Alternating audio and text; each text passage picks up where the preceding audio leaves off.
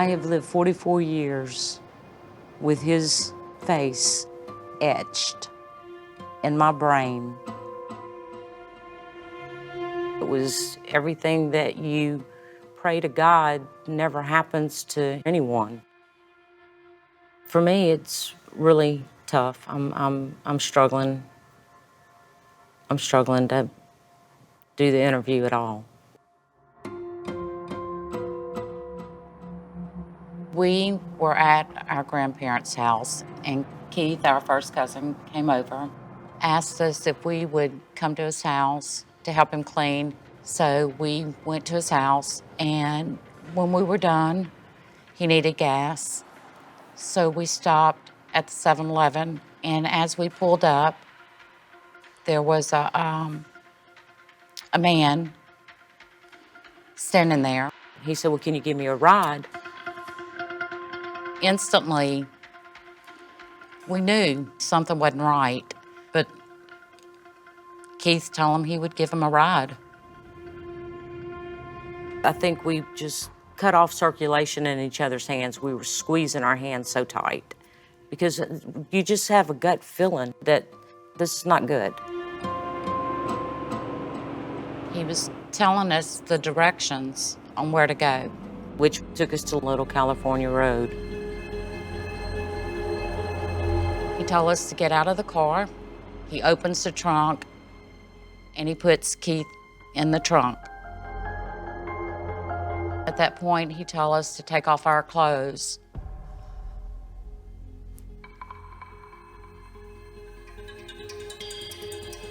Did you plan to tell anybody what happened? No. Why? Because we were afraid he would come back and kill us. When did the twins actually go to the police? I think it was about 2 weeks later, a little bit more than 2 weeks. You said the man was black. Yes. Did they ever give you a ride? No. Did you ever meet them at a gas station? No, never. I didn't rape Karen and Sharon Sanders. I don't know these people. When I saw him in that lineup, I didn't have to think twice. When I looked at him, I knew him. He got convicted and received 2 50-year consecutive sentences. That's insane. It's horrible. It disgusted me. There's no hairs, no fibers, no blood, no sweat, no semen. There's nothing. Vincent Simmons is an innocent Man who was railroaded by a racist system. Is it possible that you picked the wrong man? No, no. When I close my eyes, there's no other face that I see. Stop it. Stop it. When are we going to talk about the facts? Why did we pick him? Why? It was Mr. Simmons because it was Mr. Simmons.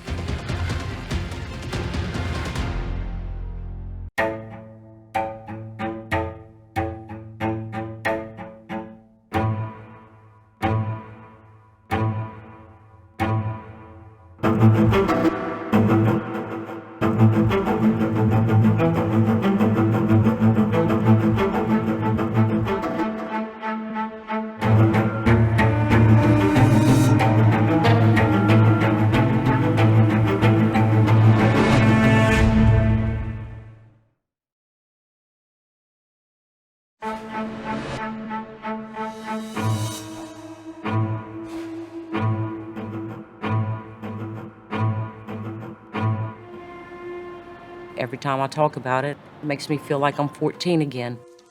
For identical twins Karen and Sharon Sanders, life is broken into 2 parts: before May 1977 and after. They say what happened one night that May changed everything. The limitations it put on our life, like with the anxiety, depression, panic attacks, it's crippling, really. It's taken a lot from us. Back in 1977, the 14-year-old twins were living with their grandparents in the quiet small town of Marksville, Louisiana. And for the most part, they say they were happy there, staying busy and enjoying the little things in life. I was all about makeup and perfume and being prissy. And Karen was more outside playing in the dirt. This is true. Life was simple until it wasn't.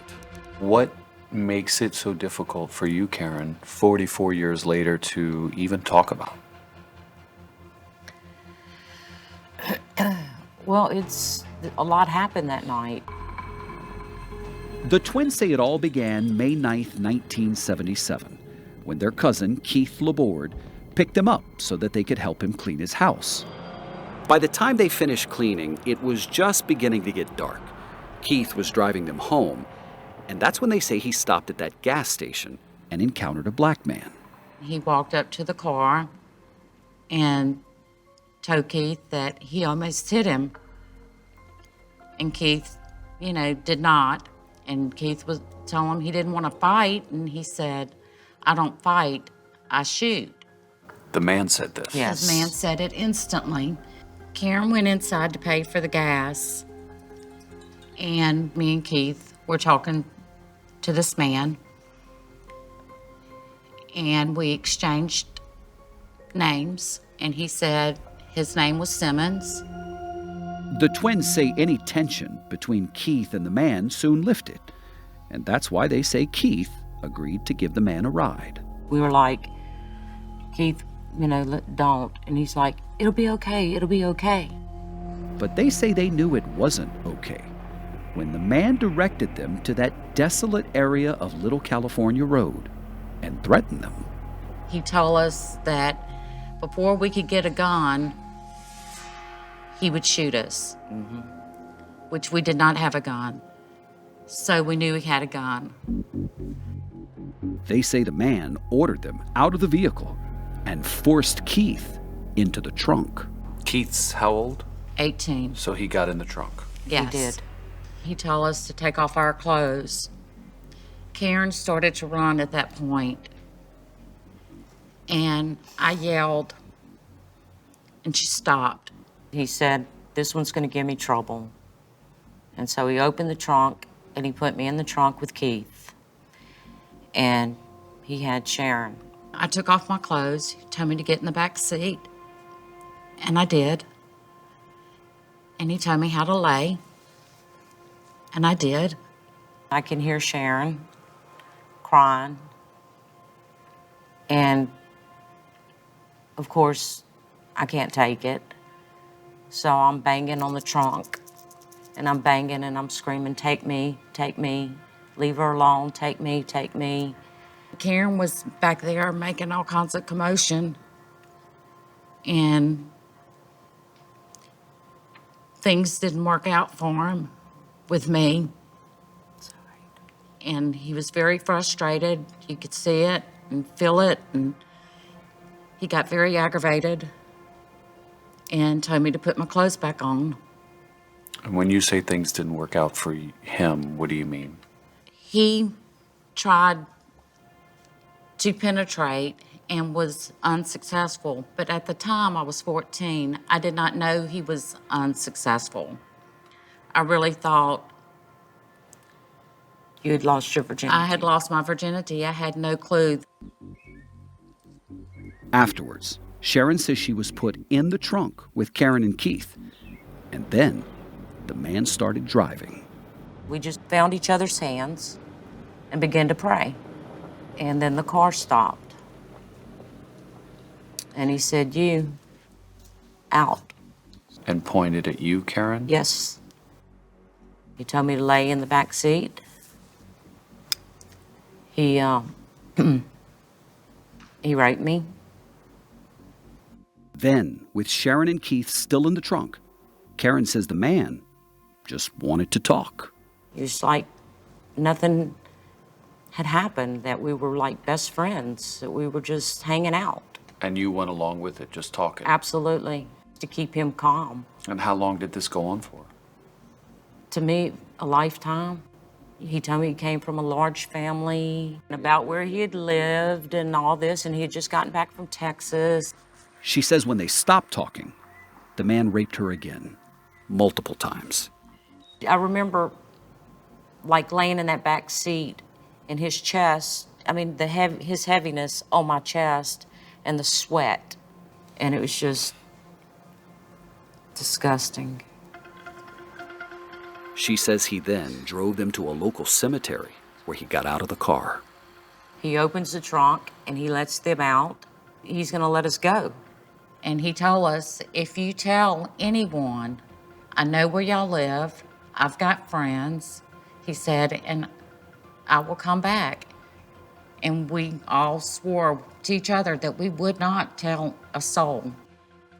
They say just the fear of what might happen if they told kept them silent for 2 weeks, until Karen says she couldn't keep it in anymore. She says she confided in Keith's sister. And I said, but please, please don't tell anyone. Please don't tell anyone. She said, I'm not gonna tell anyone. And it just unraveled from there. The next day, Keith's parents found out, and soon Karen, Sharon, and Keith all ended up at the sheriff's office. Karen and Sharon each gave statements reporting that they had been raped.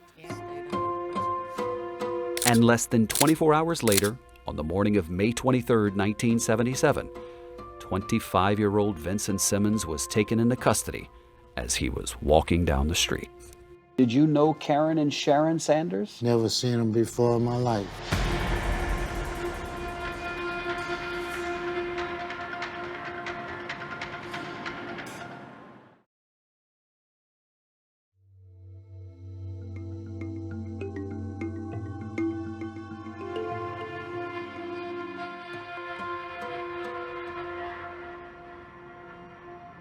It was May 23, 1977, when Vincent Simmons was brought to the sheriff's office, which used to be here on the second floor of the Avoyelles Parish Courthouse in Marksville. And they took me and put me in a lineup.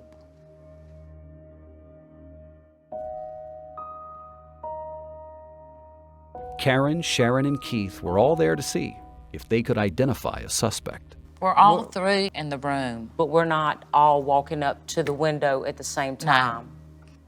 Keith goes first. Keith writes the number down on a pad. I walk up, I look at him, and I go to the pad, I write his number down, and then Sharon goes up to the window, looks out, And writes writes the her number number down. down. What number did you all write? 4. And then they You said, remember that? Oh my gosh, yeah. then they said to us, y'all have all picked the same man. That man they identified was 25-year-old Vincent Simmons. He was from a big family in the next town over from Marksville. And this wasn't the first time he found himself in the sheriff's office. I didn't have a daddy, so basically I grew up on my own, looking out for my little sisters. I was doing wrong. I was going in the stores just to get food to feed them. Vincent was convicted of a home burglary at the age of 18. While incarcerated, he escaped from the jail in Marksville. He lived on the run in Texas for nearly 6 years until he came back to town, shortly before that lineup. And when I walked up to the window and I looked, I had no second doubt. I know exactly who raped me that night. After Sharon, Karen, and Keith ID'd Vincent, he says he was brought upstairs to the jail where he waited while an officer was writing something down. I'm sitting on the chair and handcuffed. When he gets through, he said, I want you to sign that. I said, what is that? He said, this is a confession saying that you committed this crime. I said, what crime? He said, rape of those 2 white girls. I said, I don't even know these white girls. Vincent says when he refused to sign the confession, the officer knocked him down, and as they struggled, another officer shot him. Boom! I was burning through my chest, and I fell on the floor. When I woke up, I'm in the hospital. Now, the 2 officers involved tell a very different story.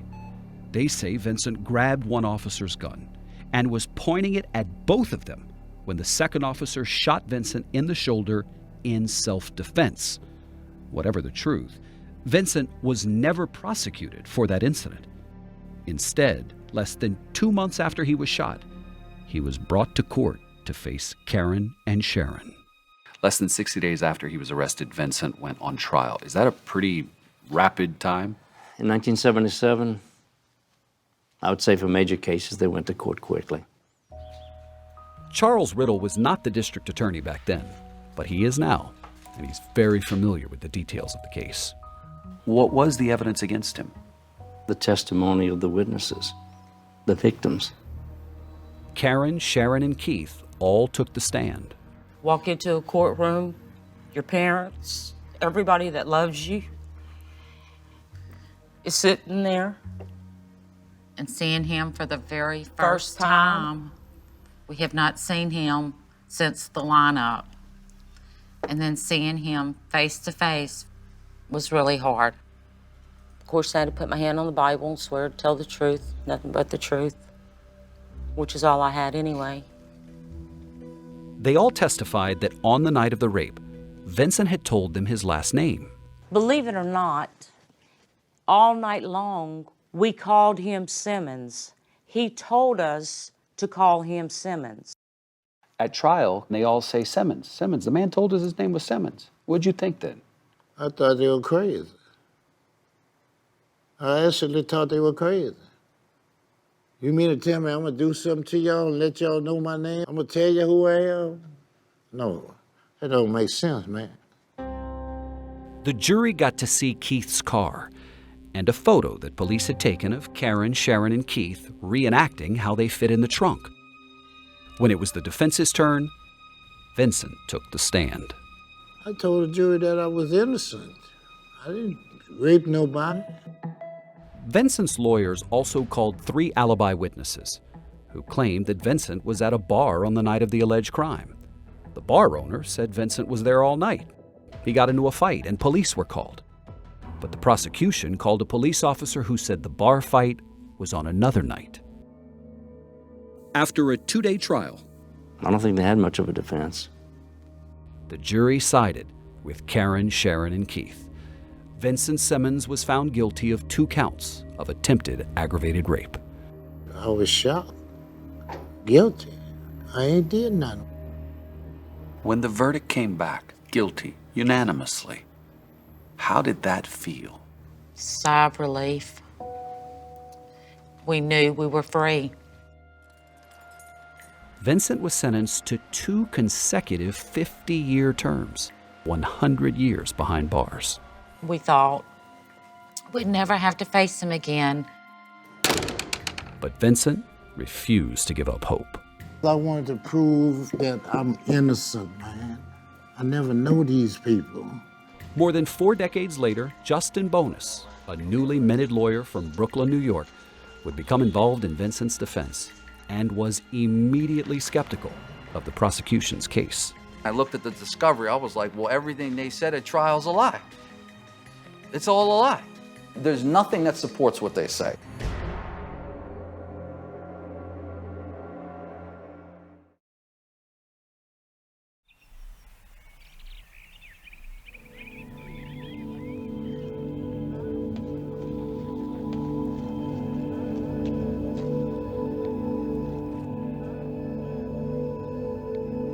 Generations of men have labored in the fields at Louisiana State Penitentiary.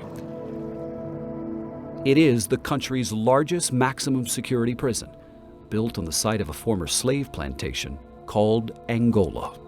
You know, we had to work 7 days a week till it get dark. That's how Angola was. Since the day that cell door closed behind him, Vincent Simmons has been working to overturn his conviction. In 1993, 16 years after that guilty verdict, he finally succeeded in getting a copy of the prosecution's case file. Mailman came, and he gave me this big old envelope. When I opened it up, I was in shock. Inside that envelope were items that Vincent had never seen before, including copies of the initial statements that Karen, Keith, and Sharon gave to police. Remember how all 3 testified at trial that they knew their attacker's name? He told us to call him Simmons. But as it turns out, when they first spoke to the investigators, they didn't say that. Defense attorney Justin Bonus has since reviewed those statements. When the girls initially went to police, they didn't say the name Simmons? No, What name did they say? they didn't give a name. And Bonus noticed something else in those statements. Sharon used the N-word to refer to her attacker and said, quote, "All blacks look alike to me," which she does not deny saying. So what did you say when they asked you to identify the man? I said all blacks look alike. But still, Karen, Keith, and Sharon all picked Vincent out of that lineup. And Bonus says he may know why. This photo that was in the file appears to show the lineup. Look at Vincent. He's the only one in handcuffs. When you saw that lineup photo, what'd you think? What? I said, this is crazy. Nuts. Highly suggestive. When you put the cuffs on him, you're telling him that's who we want you to pick. But Charles Riddle, the current district attorney, says that photo was taken after the twins ID'd Vincent. They call it the lineup. It was a photo of the lineup after he was identified and placed in cuffs. But how do you know it was after? Because the girls told me that. So when you picked him out of the lineup, was he wearing handcuffs? No, he was not. Not at all. And Karen says they initially didn't tell police the name Simmons out of fear. I mean, we were scared of him. And see, I don't know why I didn't. I mean, I Other think than it's I was fear. bucking. We're afraid of him. And there's another item in that file that Bonus says is critical and was never seen at the trial. It's this report from a doctor who also happened to be the local coroner. He examined the girls 2 weeks after the reported rape, and he did not document any signs of sexual assault. How big a deal do you think the coroner's report plays in this story? Massive. And Bonus says that report suggests Sharon was still a virgin. The doctor wrote that her hymen was intact. But Charles Riddle says the report does not prove that the twins were not raped. Because the definition of rape is slightest penetration. And the part about no sign of sexual assault, after 2 weeks, it's very probable that there would be no sign of sexual assault.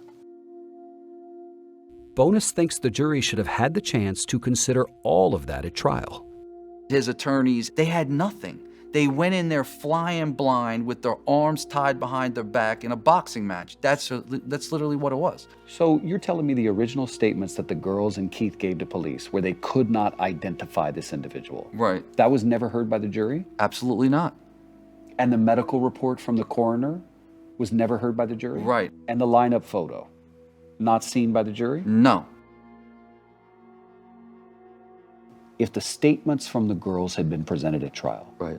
if the coroner's report had been known and presented at trial, Right. do you think Vincent still would have been found guilty? No, absolutely not. Back in 1993, when Vincent first got his hands on that evidence, he made it his mission to get his case in front of a judge. He filed numerous pleadings over multiple years, but no court ever ruled in his favor. And not a single judge felt like there was enough evidence, not the appellate courts, federal courts, state courts, Supreme Court. Vincent was hoping that the parole board at the prison might have more sympathy. So in 1997, 20 years into his 100-year sentence, he had his first hearing with them. And it was all filmed as part of a documentary called The Farm, which profiled inmates at Angola. Vincent showed them the evidence that his defense did not have at trial. We didn't have none of this evidence. None of this evidence was presented before the jury. You the only one handcuffed in the lineup? I'm the only one. Okay, if y'all step out, we'll discuss the case. Vincent hoped the board would rule in his favor. Yeah, 20 years I come up with something. Oh, yeah. He did. Ain't no doubt in my mind. But they would not. Mr. Simmons, after listening to testimony and going over the reports, the board has voted this time to deny your request for parole. I was hopeless, but I know the truth. And no matter how many times they knock you down, keep getting up.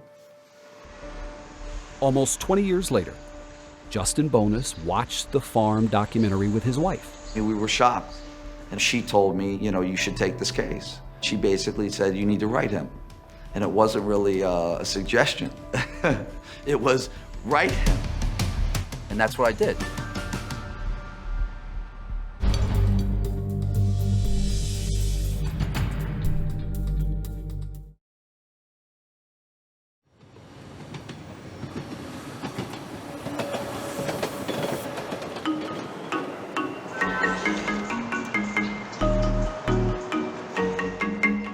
You're a Brooklyn guy.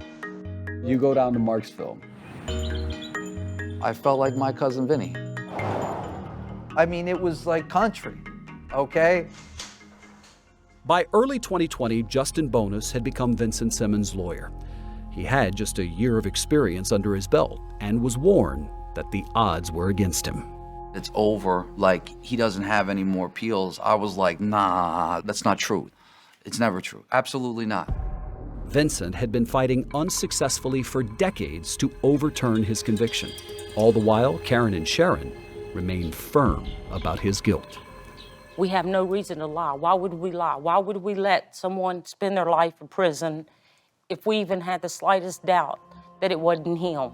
Not long after Vincent's ill-fated parole hearing, documentary cameras were rolling again in the late 90s when he and the twins agreed to a reconciliation meeting.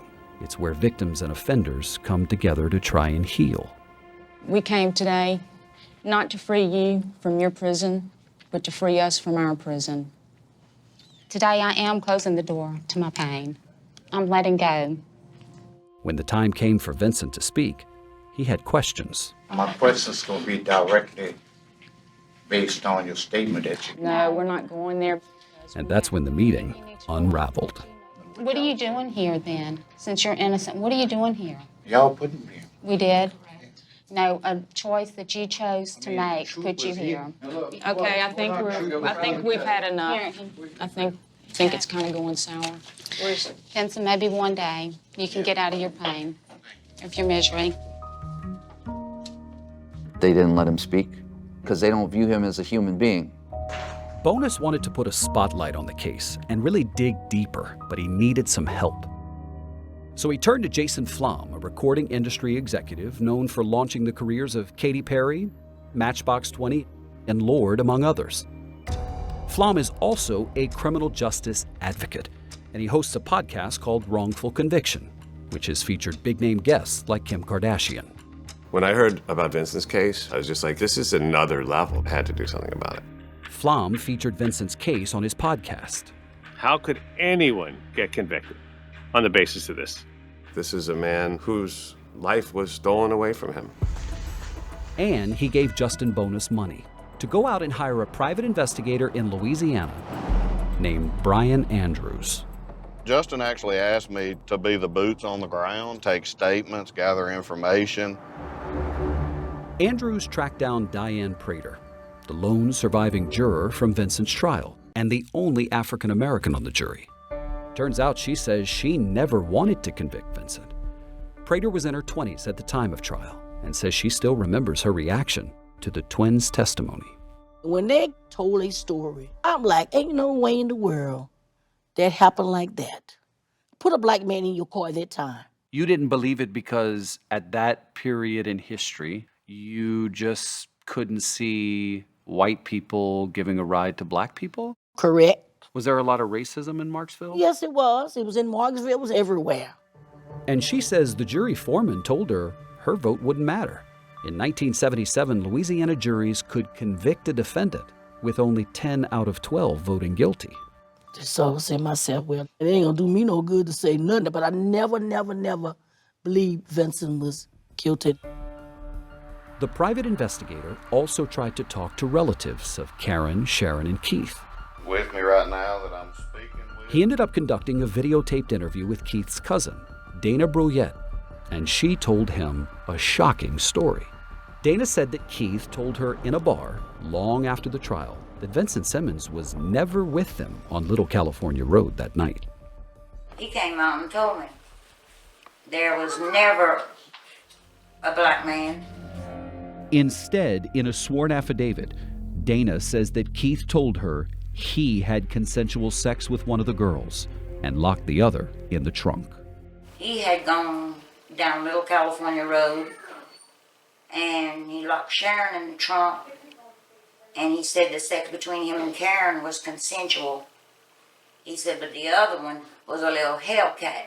That's the one that put the scratches on his neck. In the affidavit, Dana said that Keith had scratches on his neck. She told the private investigator that she believes Keith and the twins made up the story about a black man. To explain away those scratches, Blew my mind, the things that she said. Had Dana ever told anyone that? To my knowledge, I don't think she had. Maybe should have come forward a long time ago. I really did think the man got released. and Dana's allegations didn't stop there. She also gave the private investigator a copy of a Facebook message exchange that she says she had with Karen in October 2020. Karen and Dana were talking about how Keith had allegedly made sexual advances toward female relatives. We asked Karen about that. You said, I didn't realize how sick he was. I thought it was only me. I don't remember saying that. Yeah, because that's the message from you. So what did you mean by that? Okay, we need to cut right now. Cut this. Can we cut for a second? Yeah. Right then, Karen said she was not ready to talk about that exchange with Dana. But 2 weeks later, in a follow-up interview with both her and Sharon, she admitted that years before she says they were attacked, when she was a child and Keith was a teenager, something happened. Did you have consensual sex with Keith Laborde? Okay, let's put it like this. We were kids. Yes, ma'am. We experimented. So yes. How old were you when it happened? I could not, honestly, I don't know, 9, 10, maybe. And is this the first time you're saying this publicly? Yes, it is. But that has nothing to do with what Vincent did. That's two separate incidents. David, think about it. If me and Keith had consensual sex way, way before, now why is he locking us in the trunk of a car? Why is he taking us down a dirt road? But Bonus believes they wanted to cover up what happened that night. It gives motive for why they would lie. It shows that Karen always was hiding something from day one. Keith was 18, Karen was 14. So what do? They blame a black man. To be clear, was Keith the perpetrator that night? No, he was a victim also. Keith That was a night- victim. He was not. He was a victim. Mm-hmm. He stayed in that trunk the whole time. I went to Keith Laborde's house to speak with him about all of this. No one answered the door, so later I called him. Hello, Keith.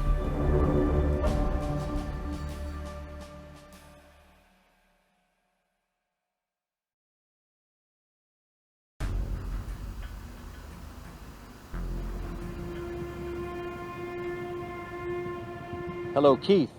This is David Begnaud with CBS News. When reached by phone, Keith, now 63 years old, denied ever having sex with his cousin Karen. He said they had just, quote, played around like children, end quote.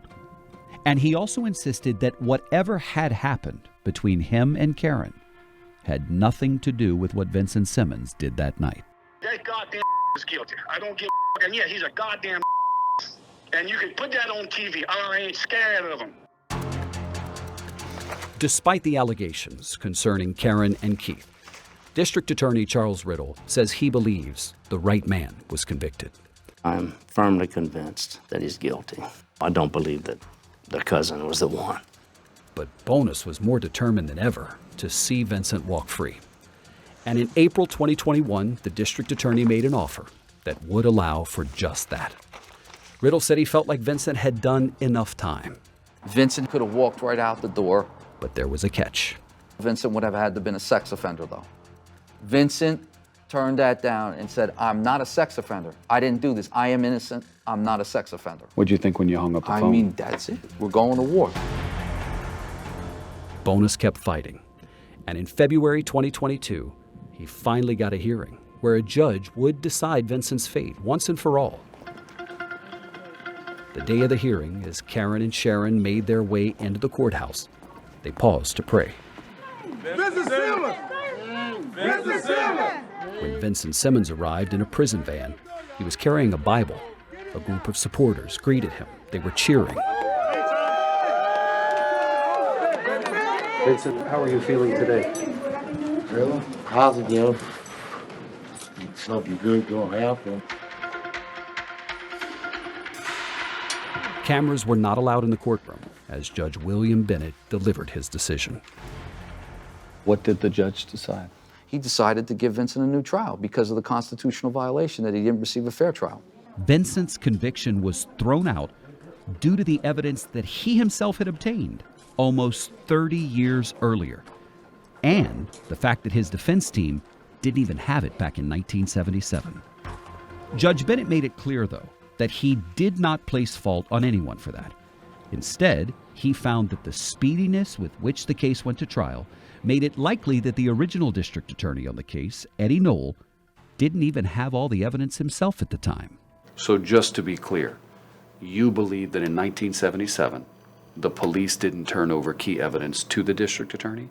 That's the only explanation feasible and logical after studying everything that I did. That's it. Are you blaming the police? No, I don't believe anybody intentionally hid anything. It's just the way it happened because it was fast. In a court affidavit, the original DA, Eddie Knoll, said he did not hide or deny Simmons any evidence, nor did he prosecute him because of bias. And he continues to believe that Vincent is guilty. And he's not the only one that feels that way. Current District Attorney Charles Riddle. Do you believe a man who was convicted at a trial that was not fair should have ever served a day in prison? Legally? Legally. Okay, legally, no. But he did. Yes. 44 and when the judge decided years. that. Okay, let me tell you, he deserved to serve the 44 years. Why? Because he's guilty. Judge Bennett was careful to say he has no opinion on the guilt or innocence of Vincent Simmons. With his decision, it was now up to District Attorney Riddle to decide whether he wanted to retry the case. You stood up and said what? I said that he served enough time and that we're not going to prosecute him again. In the eyes of the people and the Constitution, he is presumed innocent. And when Charles Riddle dismissed that case, that presumption of innocence carries. Free, man. You free, brother. You free. You done. So happy to see you. I am so happy to see you. God is good to you. Let me get a picture. All right. Vincent is a free man. But for Karen and Sharon, nothing has changed. He went in guilty. He's guilty now. And guess what? He will die guilty. You ready? So Okay. I'm happy. Yeah. I got 44 years. All right. Let's go. The twins say they accept the judge's decision, but they are still hurt by it. The legal system didn't just fail him, it failed us in many ways also. While Vincent has his freedom, they say they still don't have theirs. It's frustrating because no one sees our bars. They don't see our prison. We still have our anxiety. We still have our depressions. We still have our fears. Our bars are real. And if you look deep enough, you can see them. Judge Bennett is sympathetic toward the women, but he is confident in his decision. The case holds extra meaning for him because his father, now deceased, was one of the many judges who denied motions filed by Vincent over the past years. But that was before Vincent had gained access to the prosecution's file. He and I had talked about the Vincent Simmons case years ago. And I know if he would be here, he today would have done what I did. What's on your heart? Because I can see the emotion. I did the right thing.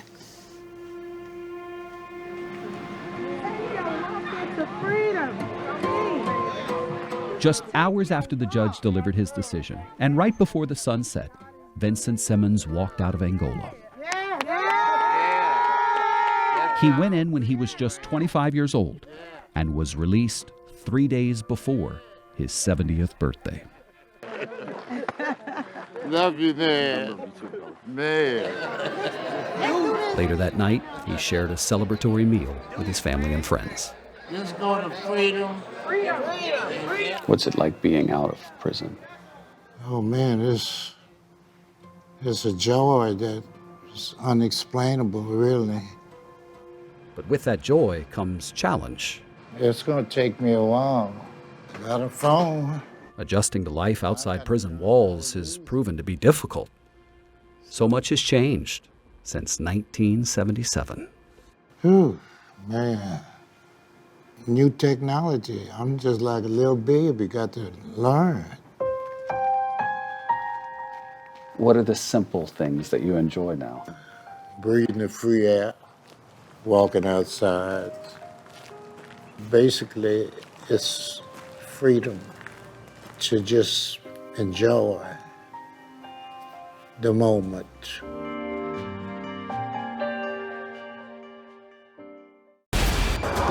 "48 hours. To miss it would be a crime."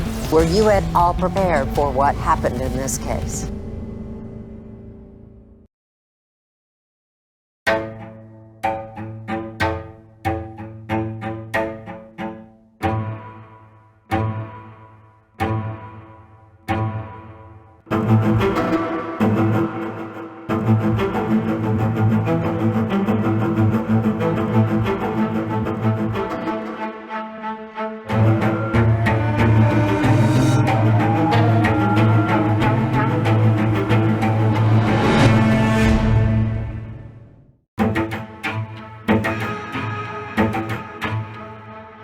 "19-year-old Kristin Smart disappeared on Memorial Day weekend of 1996. For more than 2 decades, her family, friends, and supporters searched for answers and for justice. In October 2022, the man long suspected in her disappearance was found guilty of murder. His father, charged with being an accessory after the fact, was found not guilty. We take you back to their arrest and how the saga began. It's a landmark day in this very high-profile case, Disappearance of Kristin The Smart. San Luis Obispo County Sheriff's Office is set to release details about the latest developments in Today is a day that many had hoped for, wished for, and prayed for. This is where it all began, on the campus of Cal Poly University, the last place that Kristin Smart was seen alive. It's my hope that we're able to take the first step toward justice for the Smart family. I grew up not far from where Kristin disappeared. The billboard in Arroyo Grande is visible. It's got Kristin's photo on it. Driving past that billboard was a periodic reminder that, oh yeah, they still haven't found that girl. I'm Chris Lambert. I created the podcast Your Own Backyard, which focused on the disappearance of Kristin Smart. Investigators say Smart and 2 other students left the party that night and walked back to their on-campus dormitory buildings. We're here surrounded by dorms, and yet nobody saw anything. It was a very dead holiday weekend. A lot of people had gone home. In the amount of time that they were alone and whatever happened that her life ended, I think there was plenty of opportunity to hide her body without anybody noticing. My sister turned 19 in February. She disappeared in May. When she disappeared, I was about to graduate 8th grade. But my parents did a really good job of shielding us. Stan and Denise, they're wonderful parents. A very large group of friends went down to Cal Poly to help search for her. Stan was there. Denise stayed back, and I stayed back with her in case Kristin came home. Never would have dreamed in a million years that she would not return. And Cal Poly is a safe place. You do not think of this happening.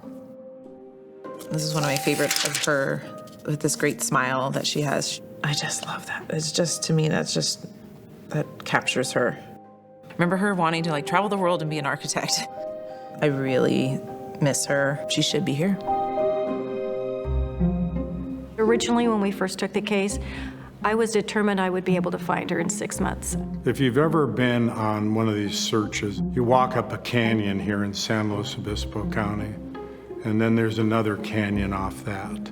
You get to the end of that one, there's another canyon. There's billions of places to hide a body.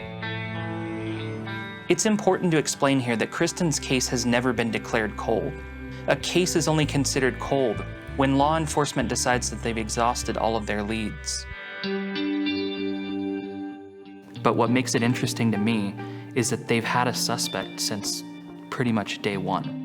Hi, Paul. Good morning. I'm Jonathan Vigliotti with CBS News. Were you involved in the disappearance of Kristin Smart? Paul, can you tell us what happened that night between you and Kristin? It's important that there's an arrest made. You gotta move, and you've gotta do it now. I'm here this afternoon to announce the arrest of Paul Flores for the murder of Kristin Smart.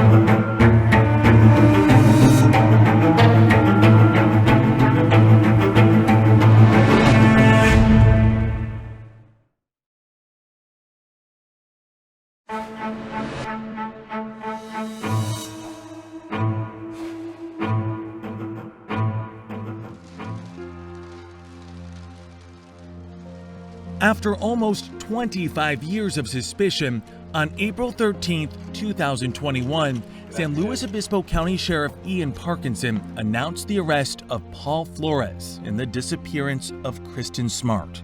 It's been a puzzle, and it's a very slow process to find each of those little pieces. Some of that information came to light through the podcast that many of you are familiar with. In the crowd, taking it all in, was that podcaster, Chris Lambert.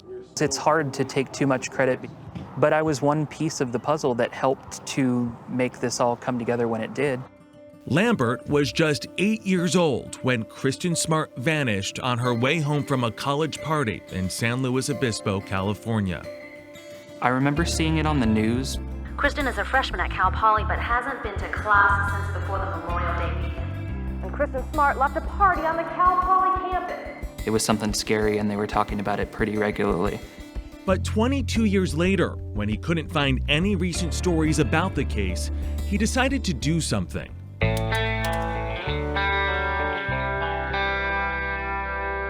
It's a cold and cloudy winter afternoon in San Luis Obispo, and I'm retracing missing Cal Poly student Kristin Smart's last known steps.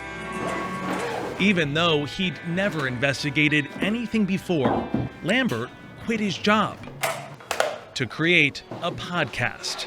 At least once a day, I ask myself, what are you doing? Lambert began looking into what happened to Kristin, collecting articles and documents, chasing down leads, and tracking down anyone with information. I didn't know the scale, I didn't know how many people were going to listen, but I knew that I could try to do a small part. I Googled Kristin Smart's name every few years. He never expected it would be a hit, but his podcast caught the attention of millions of listeners and sparked new interest in this decades-old unsolved case. Back in May 1996, Kristin Smart was finishing her freshman year at California Polytechnic State University, better known as Cal Poly. Her younger sister, Lindsay, says their mother urged Kristin to go there. You should go to Cal Poly. They're known for being a really safe school. And it was only 250 miles from Stockton, California, where she grew up with Lindsay and their brother, Matt. Her parents, Denise and Stan, were both educators who encouraged their kids' passions. She was who she was because of her parents, for sure. Anne-Marie Christian became friends with Kristin in elementary school. Her parents reminded me of my parents, just very involved with their children, a very close-knit family. Kristin loved swimming and skiing, but Lindsay says her sister was happiest when she was traveling. She had traveled the world before she even made it to college, by herself, which is pretty amazing. She spent a summer in London, was an exchange student in Venezuela, and a lifeguard at a camp in Hawaii. She definitely took advantage of life, seized the day. She was super ambitious and was determined, to find the next adventure, to find the next challenge. That turned out to be college. Like so many freshmen, Kristin struggled. Classes were difficult. She was trying to fit in, and she missed her family. Kristin broke down, begging her mother to let her drop out and go somewhere else. But every Sunday, when she called her parents, they encouraged her to stick it out. Longtime family friend Denise Pierce. Things were going to get better, and and they did.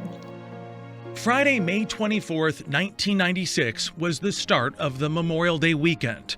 Most students had taken off, but Kristin had stayed on campus. So had Margarita Campos, who lived in the next room in Muir Hall.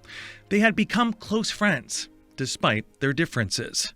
I was a little bit more introverted and inhibited, and she was like, no, we have to go out and we have to go live life. And she was growing as an individual. She was pushing herself out of her comfort zone. And I was like, no. So when they were invited to a party that Friday night, Kristin was excited to go. Kristin was like, come on, let's go. And I was like, nah, I have to study. And so she pulled me into this sort of oh, come on, let's socialize. And these girls are inviting us out, let's go. And I was like, oh, okay, fine. But when we got to the house, it was pretty dead too. It was like a couple roommates hanging out playing video games. And Kristin was like, oh gosh, there has to be something better than this.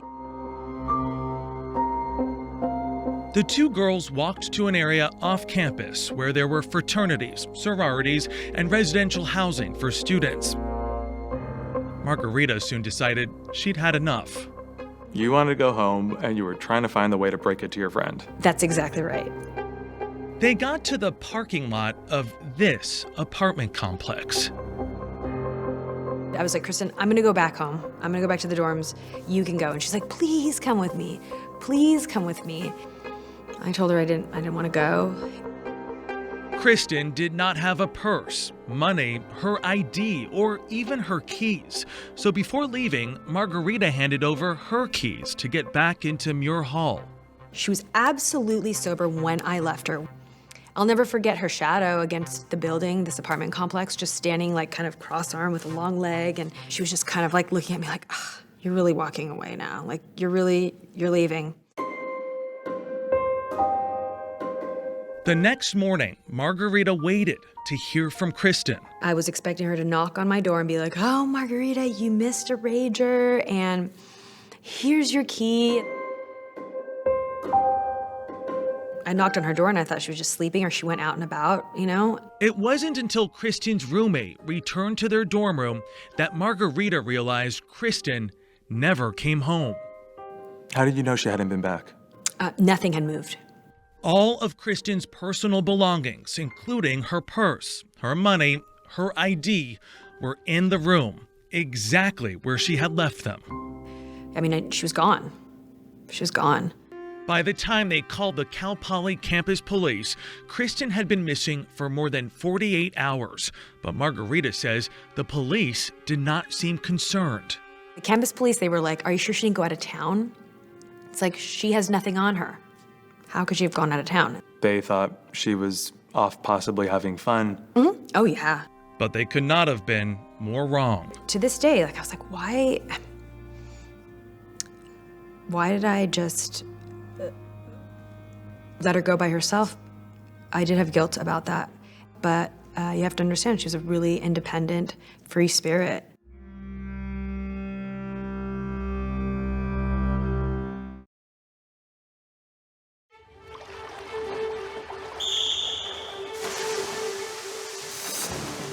Kristin's mother, Denise Smart, spent Memorial Day weekend at a swim meet with her two younger kids. She was looking forward to hearing from Kristin that Sunday.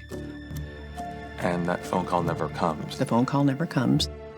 Instead, on Monday, May 27th, Denise Pierce says the Smarts got a call from Cal Poly's campus police asking if Kristin was with them.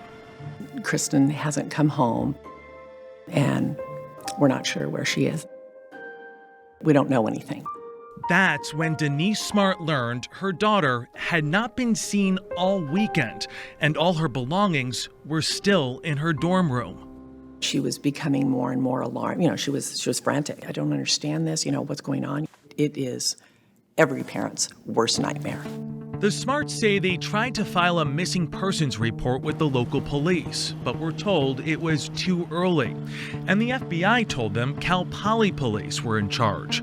But as Chris Lambert learned, the campus police did not act right away. At that point, I don't think they had ever dealt with a missing person, a possibly murdered person. By the time the Cal Poly police began investigating, Kristin had been gone for 4 days. As they soon learned, she had ended up at a party at this house. It's mostly frat guys from the Kappa Chi fraternity. I don't know if Kristin knew anybody there. Chris Lambert, who worked as a CBS News consultant, pieced together what he learned from people who were there that night. Kristin became incredibly intoxicated, whether she was drugged or whether she just had a lot to drink in a short amount of time. She ends up passed out on the lawn next door. Lambert says Kristin could not stand on her own, so fellow student Cheryl Anderson, who was also at the party, began helping her back to campus. They were soon joined by another partygoer, Paul Flores. As they describe it, Paul Flores just sort of appears out of nowhere and offers to help. He gets his arm around her torso and her arm around his neck, and he's helping her walk. Paul keeps stopping along the way and letting Cheryl Anderson know, "You can go on ahead, I've got her, it's fine." She didn't think that was okay, so she slowed down and walked with them. When they reached the turnoff to Cheryl's dorm, she says Flores tried to hug and kiss her. She left them only after he promised to take Kristin back to her dorm. I don't think she ever imagined that Kristin would end up dead by the end of the night. Paul and Kristin then make their way here. What happens next? So if you believe Paul's story, he goes into his dorm room here, and he leaves her to walk up this walkway. Her dorm entrance is right over here. I personally think that wherever Kristin went, Paul was there with her. I don't think that she went back to her dorm at all. Whatever happened in those early hours, one thing is indisputable. Kristin Smart has never been seen again.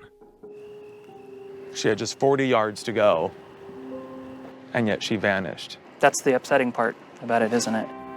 The investigation seemed to be hampered from the start by a series of missteps by campus police, beginning with their assumption that Kristin was off having fun and ignoring worried friends who said she was missing.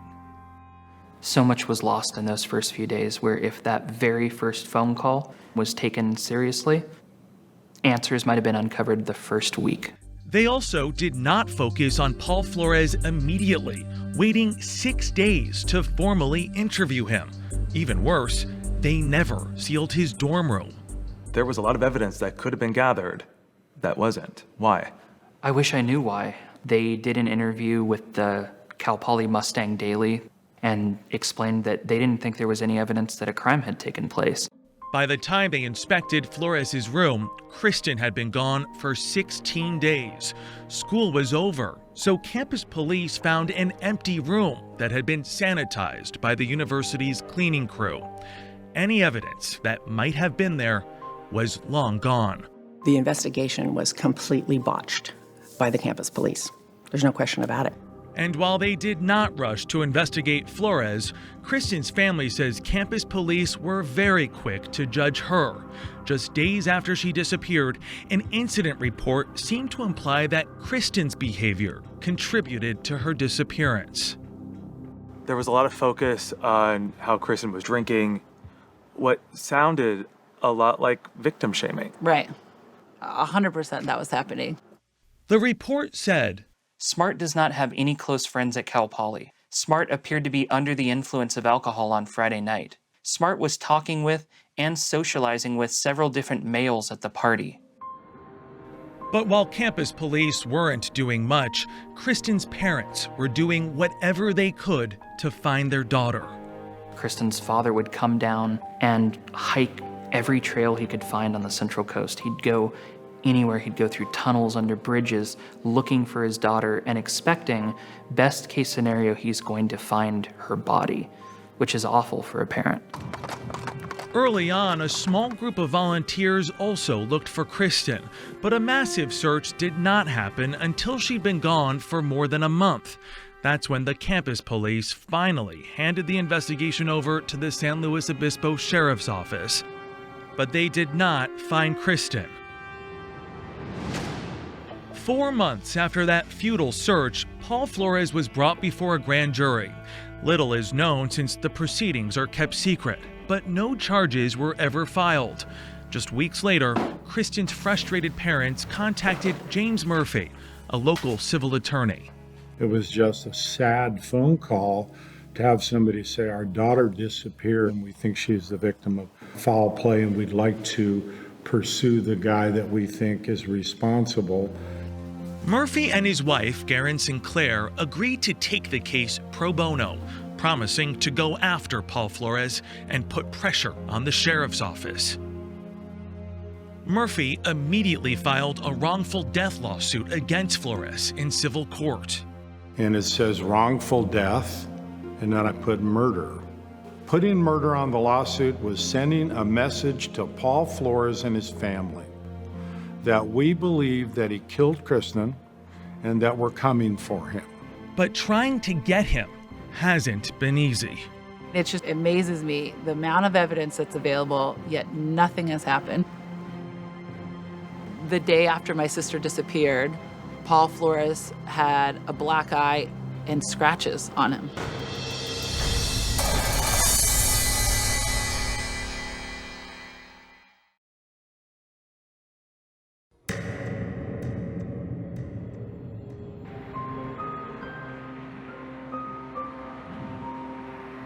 You look at Kristin Smart every day. Every day. The Smart's attorney, James Murphy, and his wife and office manager, Garen Sinclair, have had Kristin's billboard in their front yard since late 1997. It's just a motivator for me. I will go outside at nighttime and I'll look up at the full moon and I'll think that that kid's buried somewhere real close. Murphy and Sinclair promised the Smarts the billboard will stay until their daughter is found. I'd love to do anything to end their suffering. And that weighs on you. Yep. Is there any doubt in your mind that Paul Flores is responsible for the disappearance of Kristin Smart? No. No. And Murphy and Sinclair believe they can prove it. They were not able to proceed with the civil case while there was an ongoing criminal investigation, but that did not stop them from following every lead and preparing for an eventual trial. There has been no other suspect. Every piece of evidence points directly at Paul Flores. Like his black eye, you can see it faintly in this mugshot taken by the Arroyo Grande police just by chance, 2 days after Kristin vanished. At the time, they did not know about a missing college student. They were after Paul Flores for an outstanding DUI warrant. Having a black eye doesn't make you guilty of anything. But if the person you were with disappeared from the planet, that's physical evidence. Chris Lambert says 2 days after that, when Flores was interviewed by campus police, they asked how he got his black eye, as well as scratches on his hands and knees. He says he got a black eye playing basketball with his friends. But one of those friends told police Flores already had the black eye when he arrived. He told those friends he just woke up with the black eye. When authorities later confronted him with the two stories, Flores admitted lying and offered a new explanation. He actually hit his eye on his steering wheel in the middle of the night while changing his stereo. So now you've got 3 different stories about how he got that black eye. He lied to the police about everything. Flores claimed after walking Kristin back from the party, he went to his room in Santa Lucia Hall while she walked alone to her dorm. But cadaver dogs told a different story.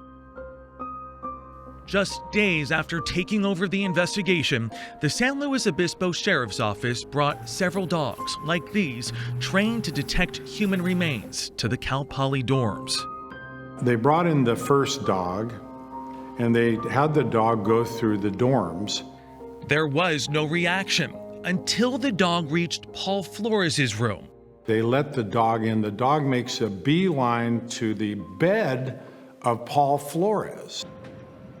Remember, Flores' room had been emptied and thoroughly cleaned. But remarkably, the same thing happened with 3 more dogs. That suggests that something bad happened in Paul Flores' dorm room. The sheriff's office still wasn't convinced they had enough evidence against Flores, but Murphy says there were other incidents that should have raised alarm bells about him with law enforcement from the very beginning. Paul Flores had a reputation amongst the girls that knew him at Cal Poly as being a creeper, that he was always trying to hit on women. In fact, Cheryl Anderson, who trusted Flores to walk Kristin back to her dorm alone, told police that her friends called him Chester the Molester because he was known for groping girls. So with Cheryl's account alone, we have an unsettling picture of Paul. Just 5 months before Kristin disappeared, San Luis Obispo police received a call from a student living off campus. There was a man climbing her trellis and trying to get inside her balcony, very intoxicated and refusing to leave. When they showed up, it was Paul Flores. No charges were filed, but Lambert discovered Flores' troubles started at a young age. In high school, he was known as a loner. Chris Lambert spoke with some women who knew Flores back then. They asked him not to use their names. Well, his nickname was Scary Paul. You wouldn't want to be alone in a room with him. You wouldn't let any of your friends be drunk around him. Those were kind of unspoken things. And they told Lambert they weren't surprised when they heard about Flores' connection to Kristin's disappearance. I wasn't surprised, but there's also that shock value of kind of, oh my God, I knew it. Although suspicion surrounded Flores almost from the beginning, any hopes for an arrest were dashed in May 1997, when then Sheriff Ed Williams made an admission to the San Luis Obispo Telegraph. Quote, "We need Paul Flores to tell us what happened to Kristin Smart. So absent something from Mr. Flores, I don't see us completing this case." How significant was that? I think that might have been the biggest misstep that investigators have made to this day. To declare to the public, if you stay quiet, you will get away with this. And 6 months later, when Flores was deposed by James Murphy for the Smart's civil suit, he kept quiet. Would you state your full name for the record, please? Paul Ruben Flores. The only thing he would confirm on tape is that his name is Paul Flores. What is your present residence address? On the advice of my attorney, I refuse to answer that question based on the Fifth Amendment of the United States Constitution. Everything else, he took the Fifth Amendment. He wouldn't answer a single thing. In May of '96, were you a student at Cal Poly? On the advice of my attorney. He invoked the Fifth 27 times. What is the name of your father? On the advice of my attorney. And it worked. You just don't talk, and you get away with it. Flores wasn't talking, but was there evidence possibly placing Kristin Smart at his mother's home? Somebody found an earring that they say was Kristin Smart's jewelry in the driveway. An earring that appeared to match the necklace Kristin is wearing on this billboard.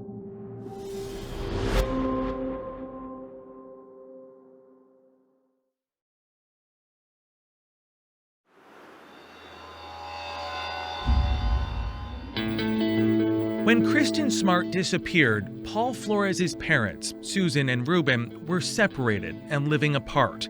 4 months later, while attempting to reconcile, Susan rented out her house in Arroyo Grande. A young couple moves into it with their kid. The mother is washing her car in the driveway at one point. Something shiny catches her eye next to the front driver's side tire. A single woman's earring.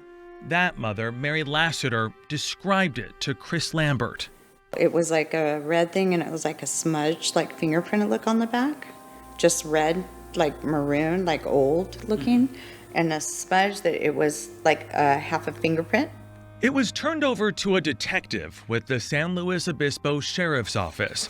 But Garen Sinclair says the Smarts never knew it existed until the Lassiters were deposed in January 1997. He never once turned to the Smart family and said, hey, we have an earring. We'd like to show it to you to see if it matches any of your daughter's jewelry. The Smarts then demanded to see it. And that's when they're told that earring has been misplaced. Misplaced. It was never marked as evidence, apparently. But Mary Lassiter says the earring matched the necklace Kristin is seen wearing on this billboard. If it was, in fact, a piece of jewelry that matched Kristin's jewelry, it would have been blockbuster evidence. And might have connected Kristin to Susan Flores' house, says James Murphy. There's no way to get evidence back once you've lost it. Another frustration for the Smarts. At the time Kristin disappeared, investigators weren't aware that Paul Flores' parents were separated and living apart, so they did not immediately get a warrant to search Susan Flores' home. Even more difficult to understand was why they waited 2 months to search this house, the family home where Paul Flores was living with his father, Ruben. And when they did, they didn't bring cadaver dogs with them. They didn't bring a forensics team. They didn't look at the Flores family's vehicles. They might have found evidence in those vehicles. Paul Flores did not have a car on campus, so Murphy surmises he had to have had help. And it's 2:30 and 3 o'clock in the morning at Cal Poly. This is not a location from which Paul alone could easily move a body without a vehicle. But further investigation of the Flores' 2 trucks seemed impossible. In the months after Kristin's disappearance, one truck was traded in. The other was reported stolen. But it's Susan Flores' concrete backyard that initially received a lot of attention. It had been the focus of widespread speculation for more than 2 decades, especially her planter boxes. Around the time Kristin disappeared, they cut out planter boxes in the backyard. So they cut out big chunks of concrete and filled it in with soil. In one of Paul's police interviews, he mentioned that he wanted to be let out of the interview because he needed to help clean up concrete at his mom's house. So what was being done in Susan Flores' backyard in the weeks after Kristin went missing? Susan's house was finally searched in March 1997, 9 months after Kristin disappeared, but nothing was found.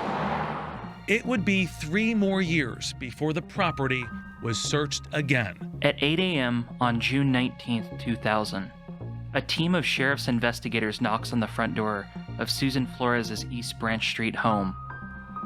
With them is a group of FBI evidence response team members and a search warrant. That warrant allowed them to dig up the backyard, but deputies chose not to excavate. Denise Pierce says that was a crushing blow for the Smart family. To be almost there, to think that, you're going to finally get some resolution and then, it doesn't happen the way it's supposed to, devastating. And there would be more disappointment in 2007. After the Smart's legal team searched a small portion of Susan Flores' backyard with ground-penetrating radar and did not find any evidence. They just have never given up and are never going to give up on their daughter.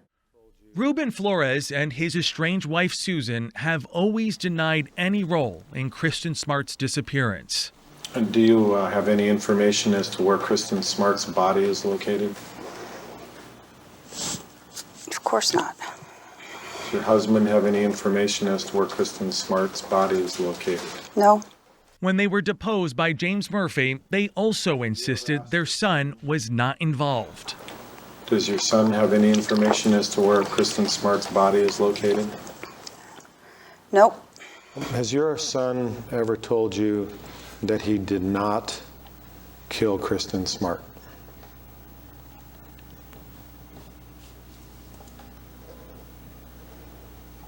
We never asked that question. We just, do you know anything about it? He says no. Through the years, the Smarts have kept pressure on the Flores family, but the Floreses have fought back, suing the Smarts for intentional infliction of emotional distress. Like the Smarts' civil case, theirs was also on hold. In the meantime, Paul Flores moved to Southern California, where he's bounced from job to job. But as Chris Lambert learned, Flores' pattern of behavior with women didn't stop. A couple times I'd take him home and he would just, oh, come on, just give me a kiss, just give me a kiss.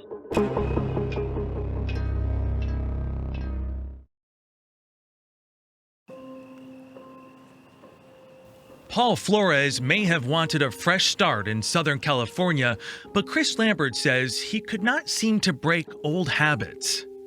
Paul worked with a number of women that he made incredibly uncomfortable. Girls who he tried to make a pass at sexually, girls that he tried to force to kiss him. Some of those women, who did not want their real names used, told Lambert about their encounters with him. So I walk him up to his sister's apartment, and all of a sudden he just picked me up, carried me inside, turned around, he shut the apartment door and locked it. So I said, you better turn some lights on right now and let me out or I'm going to scream. So eventually he unlocked the apartment door and I left. Lambert also interviewed a woman who dated Flores until she says he became physically and verbally abusive. And he had a butter knife and he held it to my neck and I was screaming and my roommate actually kicked down the door to make him stop. But Paul Flores was never charged with any of these incidents. Back in San Luis Obispo, the Smarts, feeling ignored by the sheriff's office, continued a relentless campaign to get them to do more to find their daughter. What toll over time did this have on your parents? I think they're carrying boulders on their back. Then, in 2011, Ian Parkinson was elected sheriff. If you were making a film about a new law enforcer who's coming to a small town to save the day, you'd probably cast Parkinson. He promised the Smarts that solving Kristin's case would be a priority. I committed to them that I was going to go back to the beginning and re-examine every piece of evidence that we had. But Parkinson acknowledges it hasn't been easy. There was early mistakes made that you can't recover from when you're missing those vital pieces. Is this a case that takes a miracle to solve? I hope not. Since Parkinson came on the scene, investigators have dug up hillsides, searched the homes and properties of all the Floreses, collected evidence, seized Paul Flores' computers, monitored his cell phone and text messages, and found new witnesses, some with the help of Chris Lambert. I brought them a number of witnesses that they were very interested in. I also brought them witnesses that they had no interest in whatsoever. And then months and months later, they'd reach back out and say, can you get us in touch with this person again? In April 2021, investigators finally put the pieces of the puzzle together and decided they had enough to charge the then 44-year-old Paul Flores with Kristin's murder and his then 80-year-old father as being an accessory after the fact. The allegation against Ruben is that he helped to conceal Kristin's body after the murder was committed. San Luis Obispo County District Attorney Dan Dow. We don't have evidence sufficient to charge anyone else at this time, but the investigation is ongoing. And for the first time, clues about what may have happened to Kristin Smart. Forensic physical evidence was located, and yes, we believe it's linked to Kristin. And yes, we did find physical evidence at least 2 homes. Like what may have been discovered in March 2021, when investigators searched Ruben Flores' house using cadaver dogs and ground-penetrating radar. They did a significant amount of digging underneath the house. They took in soil, I assume for some kind of analysis. According to a county probation bail report obtained by the San Luis Obispo Tribune, biological evidence was found under Ruben's deck. The question for decades was, well, where did the body go? Murphy has filed an additional civil suit against Ruben Flores and others for the intentional infliction of emotional distress, and the complaint has some claims about what led investigators to focus under Ruben's deck in the first place. The podcast is out. People are watching Ruben Flores and Susan Flores and Paul Flores. Suddenly, major pieces of evidence came forward. An important tip came in after a February 2020 search of Paul, Susan, and Ruben's properties. Murphy alleges 4 nights later, strange activity was seen at Ruben's house. An eyewitness actually documented the fact that throughout the night there was activity in the area of the underside of that deck. I'm not at liberty to describe how it was documented, but I've seen it. That witness initially came forward to Chris Lambert, who passed the information to the sheriff's office and Murphy. In his complaint, Murphy alleges, along with Ruben, there were 2 other unnamed individuals, but he says they are Ruben's ex-wife Susan and her boyfriend. So why would Susan Flores, her boyfriend, and Ruben Flores be up all night long working under that deck? The lawsuit claims they were moving Kristin's remains. The location where all this activity occurred is where they found the biological materials, and the body's not there now. And there are more horrifying allegations about what may have happened to Kristin after she was last seen with Paul Flores.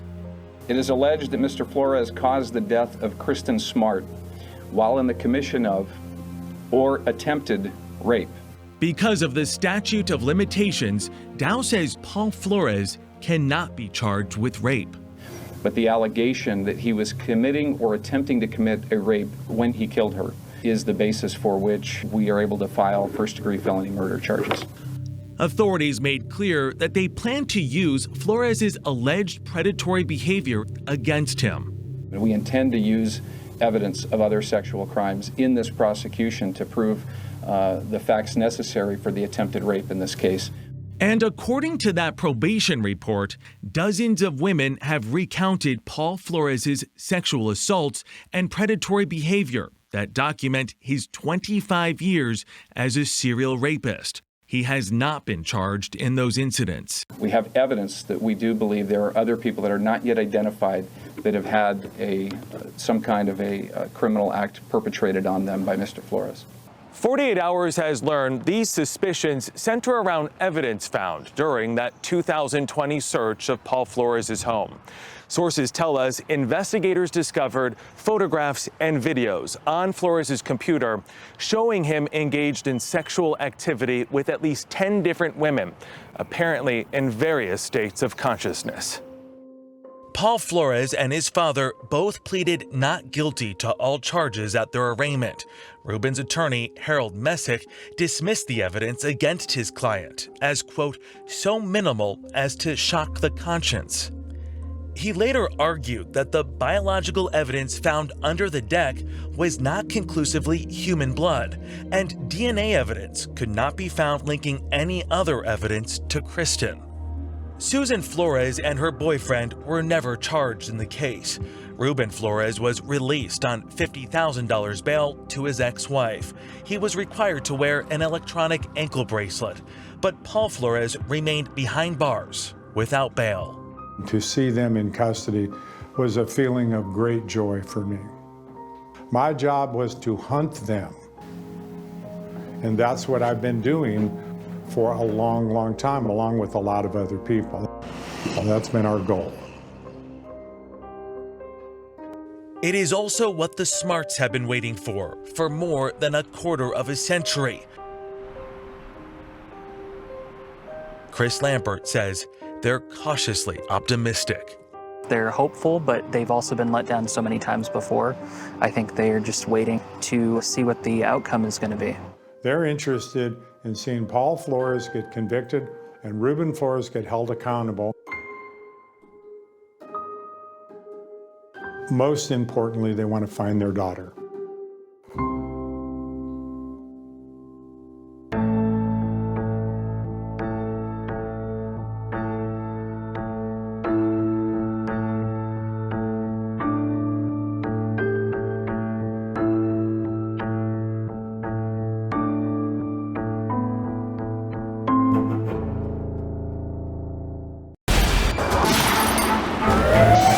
48 hours.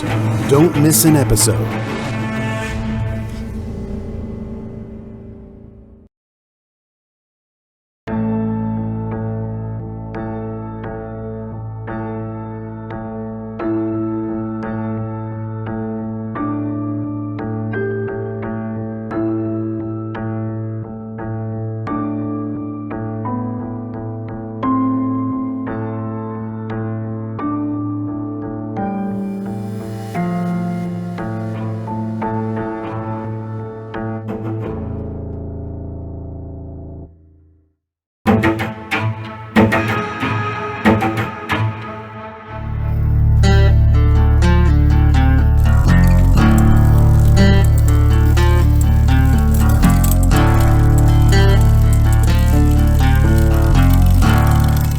The fabulous Mo Wilson. You are like ready. I'm ready. You're Yeah, ready. I'm so excited to be here.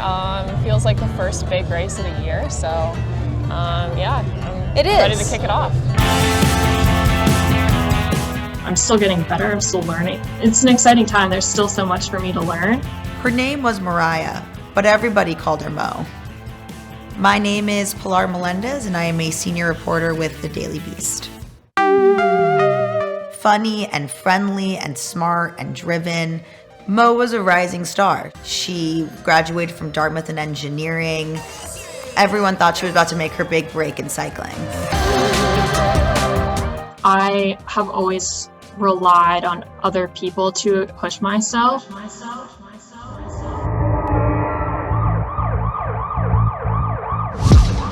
What happened to Mo was a tragedy. They found Mo inside the residence. It was a pretty grisly scene. She had been shot multiple times. At first, detectives thought it was a robbery. You're looking into this possibility of a robbery or a burglary, but parallel to that, there is this name, Colin Strickland. Sure. My name is Colin Strickland. I am a bicycle racer. Colin Strickland was a top biker, and he was also friends with Mo. I mean, Colin, he was an interesting character. Had a lot of cool qualities about him. Motorcycles, professional athlete. I mean, Colin had dated a few girls in the cycling scene. Girlfriends here and there, but pretty standard stuff. Colin's relationship with Mo was they were both bike racers. They had a romantic relationship. There had definitely been something romantic between them. Colin said they had broken up. The situation was complicated. There was another woman in Colin's life. Her name was Caitlin Armstrong.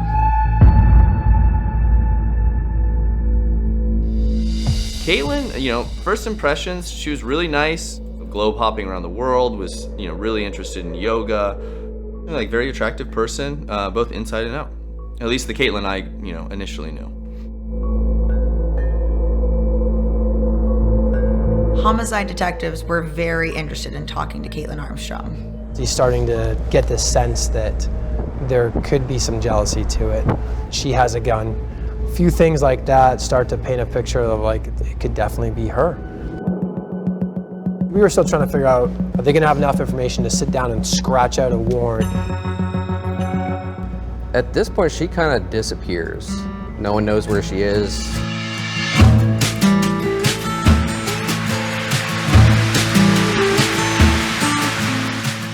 Caitlin Armstrong vanished, seemingly into thin air, sparking what would become an international manhunt, first leading authorities across the United States, and then eventually here to the beaches of Costa Rica. Along the way, she used multiple identities and changed her appearance, even getting plastic surgery. How smart was Caitlin Armstrong? She did some pretty intelligent things. The thing that people don't know is you don't have to be just smarter than 1, 2, 3, or 4 of us, because there's a team of 20 plus people. You have to be smarter than a lot of people to get away with it. Mm-hmm. It almost worked. It almost worked.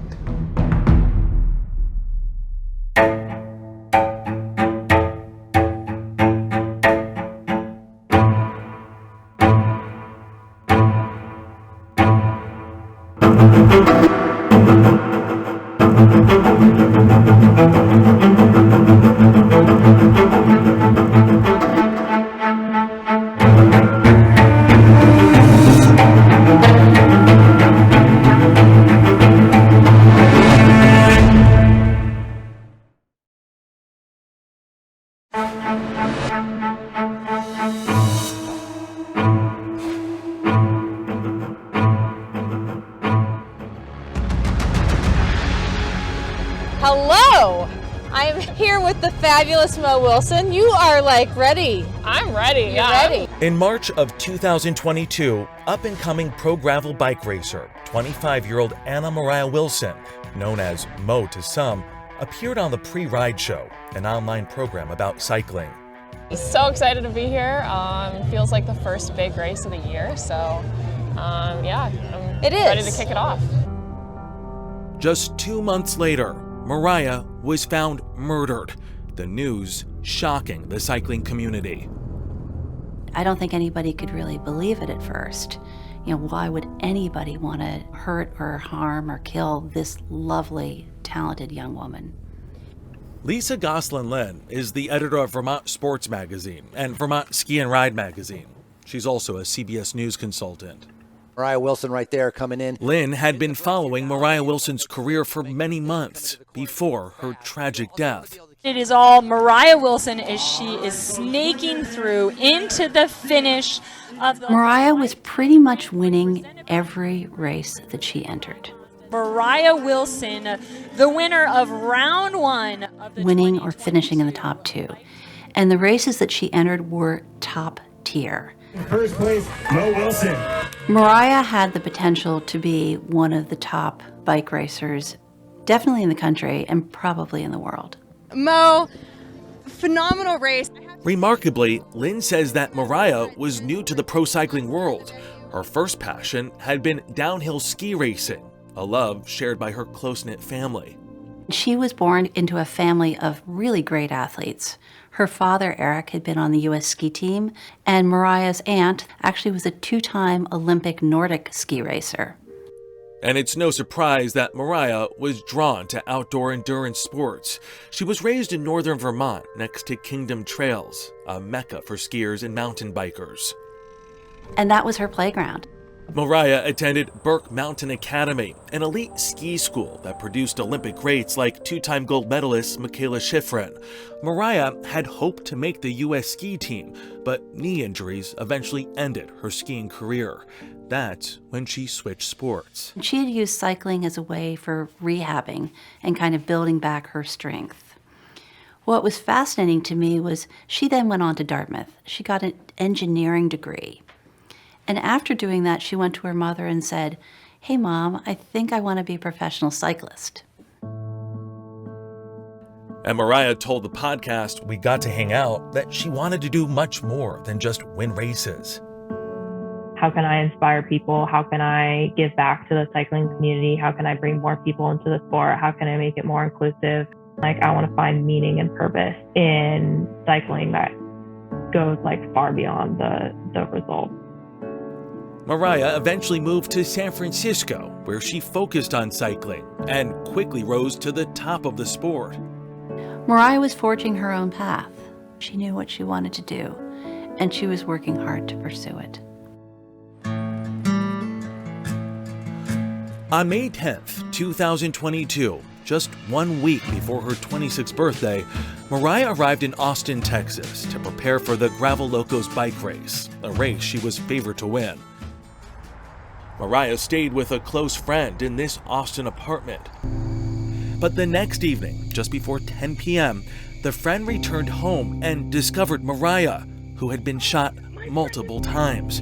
She called 911. She's laying on the bathroom floor and there's blood everywhere. Moriah's friend tried CPR, but it was too late. It sounded like started off near the door and went backwards like she was trying to get away or there was some sort of struggle or a chase. Austin police officers Mark McLeod and Jonathan Riley worked the case from the beginning. Whoever shot her at that point stood over top of her and shot her at least once. Charlie 507, you're in apartment 13. Investigators wondered who could have murdered this promising young athlete. As they canvassed the immediate area, police discovered a possible clue. At 432, I located the bike. Moriah's expensive racing bicycle had been discarded in the bushes.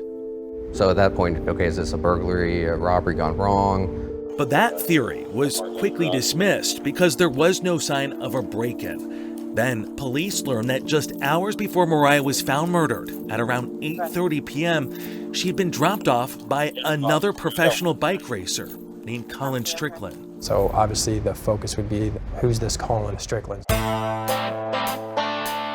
Colin Strickland was a very good gravel racer. He was at the top echelon. Colin Strickland, who was 35, was considered a pioneer in the sport. He had won some of the most prestigious races and was sponsored by the industry's top brands, like Red Bull.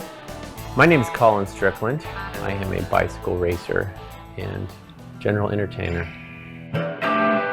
In 2020, he appeared in an online video called Wahoo Frontiers about his long and successful career. Pretty early on, I looked up to Colin when I was coming up in the scene. Please welcome Chris Tolley. Chris Tolley is friends with Colin Strickland. They met on the racetrack. He was the one to beat. He loved to kind of create a show around bike racing, kind of selling bike racing. He was really passionate about it. And Tolley said, although his friend had been popular with women, he eventually became serious with a woman named Caitlin Armstrong. However, in a social media post after the crime, Strickland wrote that about 6 months before Moriah's murder, during a short breakup with Armstrong, he did have a brief romantic relationship with Moriah that spanned a week or so. He said that it ended and their relationship had turned into a platonic and professional one. He just wanted to be friends with someone who was going to do great things in cycling. The day after Moriah's murder, police visited and spoke to Colin Strickland at his home. My personal take was he was being very cooperative, being very forthcoming. Obviously he was in shock. Being very transparent. Very transparent, yeah. And investigators say when he agreed to go down to the police station to be interviewed, he didn't seem to hold back when telling them about the day he spent with Moriah, a day that would end up being her last. That day in May, it was hot in the 80s, and this story started with a swim right here. It's a famous old outdoor pool, and Colin Strickland told detectives he took the victim, Mo Wilson, on the back of his motorcycle here to cool off. They went swimming, then they got food. Moriah and Strickland are seen here on the restaurant's security camera. I know he's being transparent at this point during this questioning, but what he's saying is starting to sound a lot like a date. Oh yeah, 100%. Investigators had a lot of questions, and their prior visit to Strickland's home had raised even more. On the night of Moriah's murder, police discovered an important clue on video from a neighbor's security camera. The video was taken just 1 minute after Moriah was dropped off. There's a video from a Ring doorbell camera that clearly shows a black SUV with a bike rack. Can't see the license plate because of the bike rack on it. So it was obviously we need to focus on this. And a vehicle that fit that description was outside Strickland's house. Who was driving the black Jeep SUV with the bike rack? The answer would lead directly to another woman.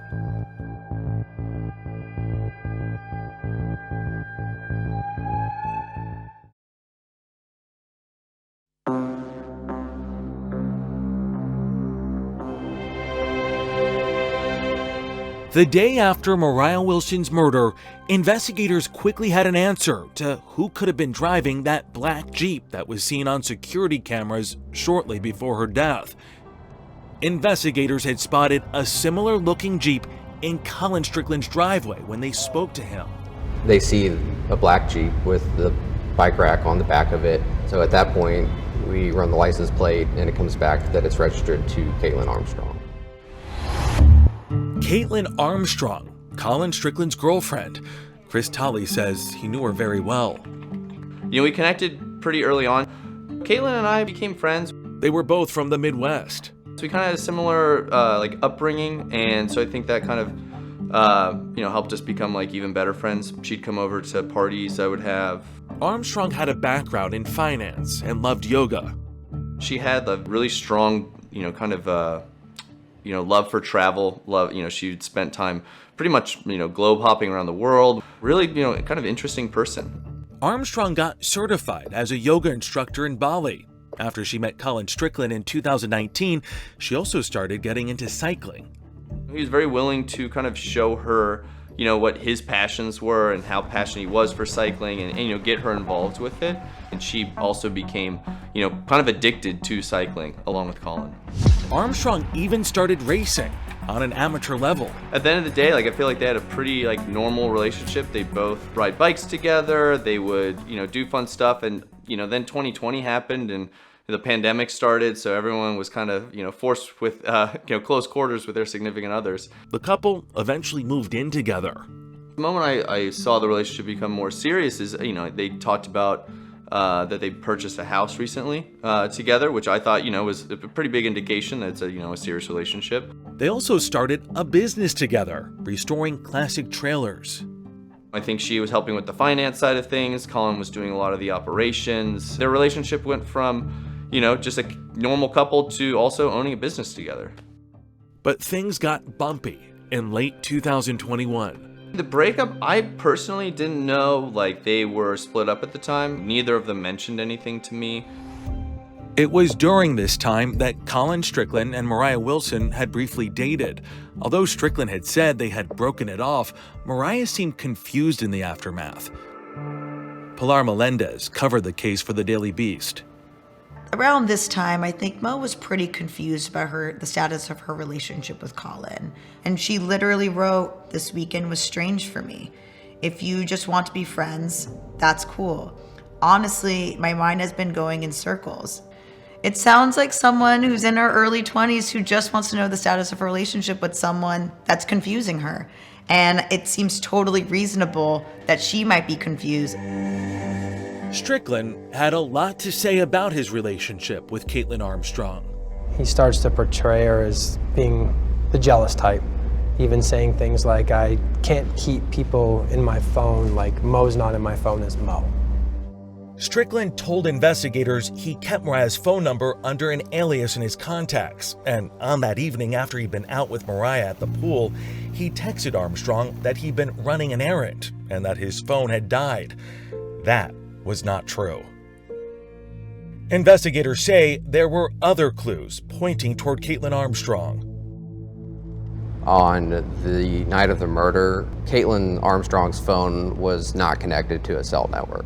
Not connected. Correct. So whether she powered it off, whether she put it in airplane mode, there's something happened that her phone was not communicating with any cell phone towers. Do you think this was on purpose? Absolutely. In this day and age, if your phone is off and not connected to a network, you're either the victim of a crime or you're probably committing one. A silent phone speaks louder in some cases than actions. Oh, absolutely. Strickland also shared that he had bought handguns for Armstrong and himself for personal security. He talks about how they purchased guns and that there are these two guns and that she has a gun. They've taken lessons and that these guns are back at the house. And so a few things like that start to paint a picture of it could definitely be her. Police worked quickly. That same day, investigators picked Caitlin Armstrong up on an old warrant for failing to pay for a Botox treatment. She's just kind of sitting there, and she's not showing very much emotion at all. What were you doing yesterday? I would like to leave, I think. Typically, when we see some interviews going on, and if you didn't do it, this is you're gonna be like, not me, not it. I want out of this room. What do you want to know so you don't come back looking for me? And there was none of that. Is there any explanation as far as why the vehicle would be over there? I would like to leave. She was almost completely disinterested in hearing what the detectives had to say. So it sounds like this is a big red flag immediately. Oh, absolutely. Absolutely. But investigators had to let Armstrong go. There was a problem. Armstrong's birth date did not match the date on the warrant, so the warrant wasn't valid, and police didn't have enough to charge her with anything else. 2 days after that interview, police got an unexpected call. It was from a friend of Caitlin Armstrong. Police say the caller told them that Armstrong was so angry about Strickland's relationship with Moriah that she wanted to kill her. It was yet another indication that they were on the right track. A few days later, an arrest warrant was issued, but when police went looking for Caitlin Armstrong, she was gone.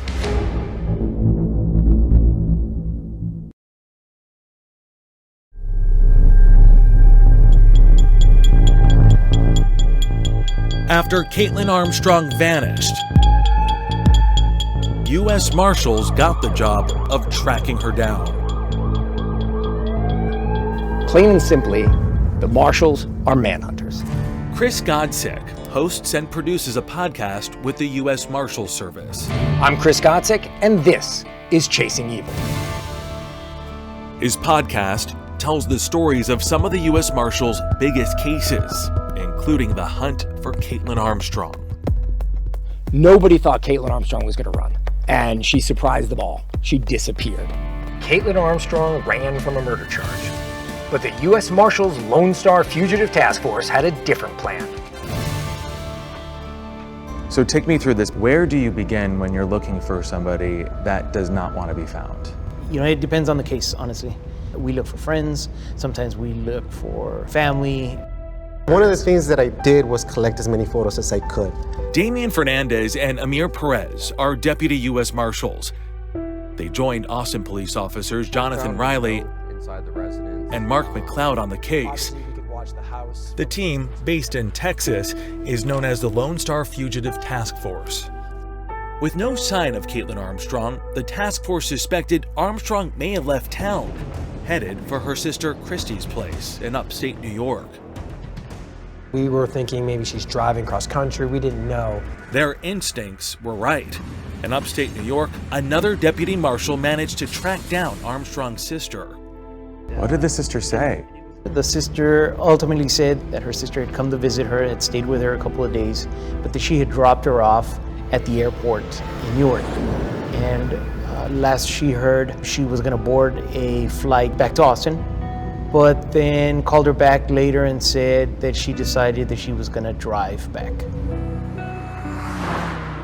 Which made absolutely no sense to any of us, that you would just drive back. When the task force checked outbound flights at Newark Airport, no reservations had been made in Caitlin Armstrong's name. We never got a hit on Caitlin Armstrong's passport. But the team had a hunch, because Christy told the deputy marshal in New York that she didn't know where her passport was. So they checked with their contact at Homeland Security.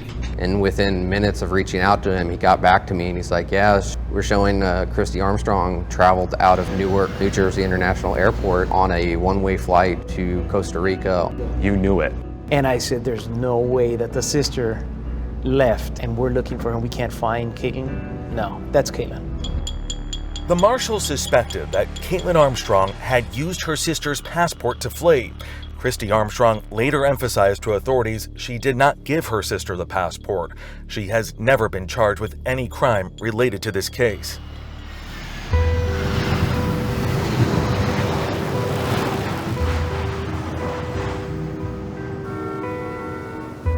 And this is where Caitlin Armstrong landed, Costa Rica, gem of Central America.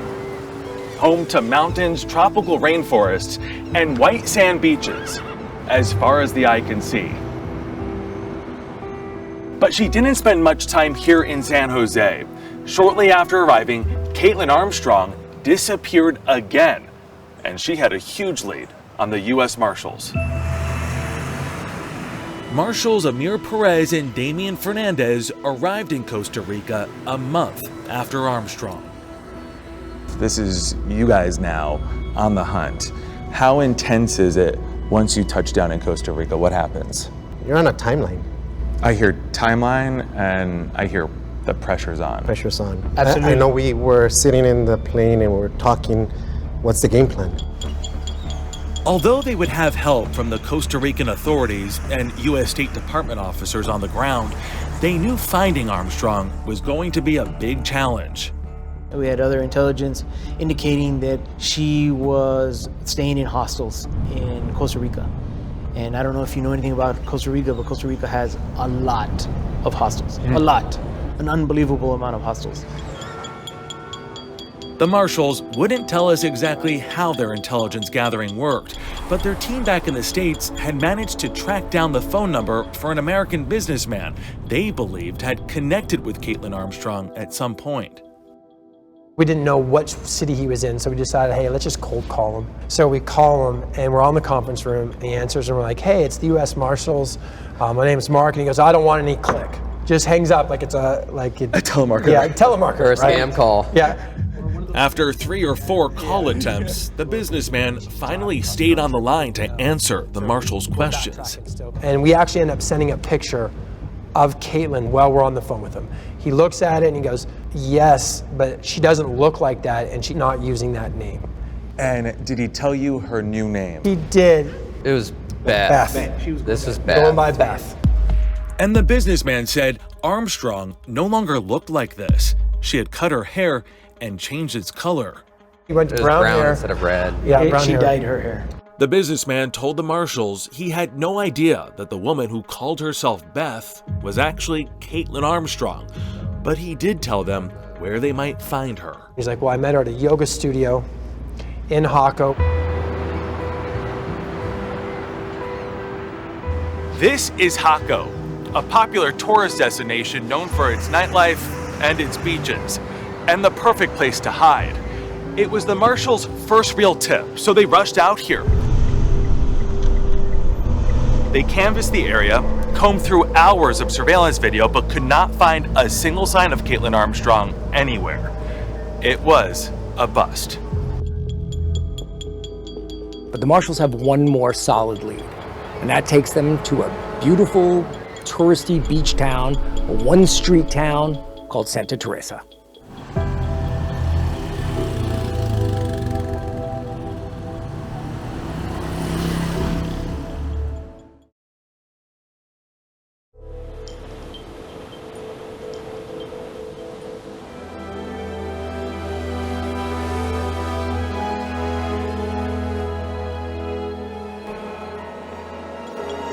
One month after Caitlin Armstrong disappeared, the U.S. Marshals were in hot pursuit of her in another area of Costa Rica.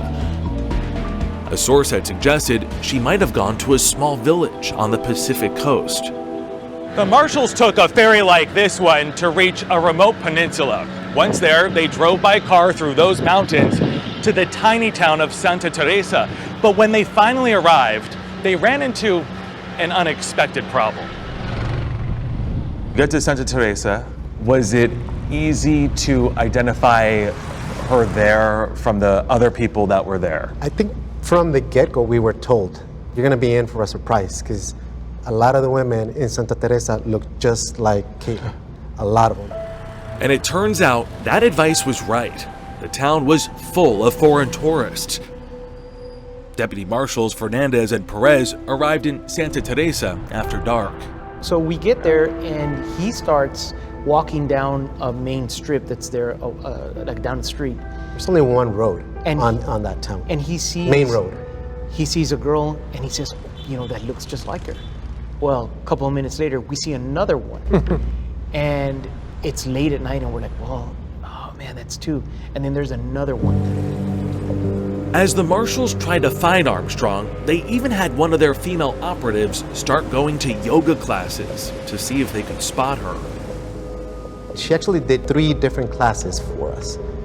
And they tapped into local contacts. Oh yeah, we made friends with people there that would send us pictures. Oh look, I think I saw her at this restaurant yesterday and she's in the background of a photo that I took. Stuff like that. In fact, people had seen Caitlin Armstrong at local spots in Santa Teresa, but they didn't realize who she was. Armstrong was hiding in plain sight, using different names. She had like multiple names. Yeah, she came in. Beth? It wasn't Beth. Ari. Ari, right. So she came in as Ari. Greg Haber is an American from the New York area who owns a restaurant called Cook's Smokehouse and Bar here in Santa Teresa. Ari. What did Ari look like? Did she stand out to you? Pretty, Came in, introduced herself as a yoga teacher, which is basically anybody else down here. Hey, I moved here, teaching yoga down the street, and that was it. What was her general vibe like? She definitely seemed like she was trying to establish roots here, like this was gonna be her new home. And Haber says one day he noticed something different about her. I saw her on the beach. I walk my dog on the beach every night for sunset, and you're walking through, and you see the bandage on her face. It's like, oh, what happened? She's like, oh, surfboard hit me in the face. It's like, well, happens to everybody, right? At least once. So you wouldn't even question that story here. Like, you see people all the time. Turns out that bandage would later prove to be an important part of this story, and one of the reasons the marshals say Armstrong was so hard to find. So you're this close to giving up? Yes. Yeah, we go back. Finally, they decided on one last tactic. They turned to a local Facebook page. We decided we were going to put an ad out for a yoga instructor and see what would happen. So this is the equivalent of Craigslist. Yes, correct. Right. Pretty much. And A little bit more lively, but yes. And just saying, hey, we're this hostel. We're looking for a yoga instructor as soon as possible. Please contact us at this number. But after almost a week of hunting, even that didn't seem to be working. Sunday, we decided we haven't gotten any response back from Nothing. anything. We're burned. So Sunday, we're like, okay, we're done. None of them have panned out. So we're going back to San Jose. Now back in San Jose, the marshals were getting ready to head home when suddenly We got a bite. Somebody that identified herself as a yoga instructor and said that wanted to meet with us at a particular hostel, and we said this is our chance. Deputy Marshals Perez and Fernandez rushed back to Santa Teresa just ahead of a tropical storm. Carlos Solano, soy teniente de la Policía Turística. Tourism Police Lieutenant Juan Carlos Solanos' team helped the marshals in their search for Caitlin Armstrong. They did surveillance on a hostel called Don John's, where the yoga instructor, the one who answered the online ad, was believed to be. So there is this massive international manhunt, and of all places in the world, it ends in this very discreet hostel. Sí, aquí se ubicó, ella estaba hospedada acá, en este lugar acá. It was now time for the marshals to make their move. So I walked up and I got in. They decided that Deputy Marshal Perez would approach the woman alone. They didn't want to scare her off. He would pretend to be a tourist and try to get a really good look at her face. And I saw two individuals sitting there at a table off to the left as soon as I walked in. He says one was a woman. She looked like Caitlin, but not 100%. So I thought, well, how can I approach her or get close enough where I start asking questions where she doesn't suspect something? So I decided that I was gonna speak to her in Spanish. So I spoke to her in nothing but Spanish. So you're communicating, she goes to use her phone for Google Translate, and then... So I got a little closer because I saw that she was trying to get to Google Translate on her phone, and she'd raise it up to me, and I got even closer. And I noticed that she had a bandage on her nose, and possibly her lips were swollen. And I saw her eyes. The eyes are the exact same ones that I saw in the picture. And this is her 100%. he gets in the car and he's like, that's her. She's in there. Local police moved in to make the actual arrest. And soon, the marshals discovered why Armstrong had been so hard to find. She had been getting plastic surgery when they first arrived in Santa Teresa. At the hostel, they found a receipt. The receipt for surgery. Plastic surgery. Plastic surgery. In these side-by-side photos, you can see that Armstrong changed the shape of her nose. The deputy marshal said their female operative, the woman they sent to yoga classes to try to find Armstrong, told them Armstrong's new look would have tricked her. And she told me, I think if I would have run into her at the yoga studio, I don't think I would have recognized her. Wow. It almost worked. It almost worked. The marshals took Armstrong back to Texas, where she was charged and held in jail. But just weeks before she was due to stand trial for the murder of Moriah Wilson, Caitlin Armstrong escaped again.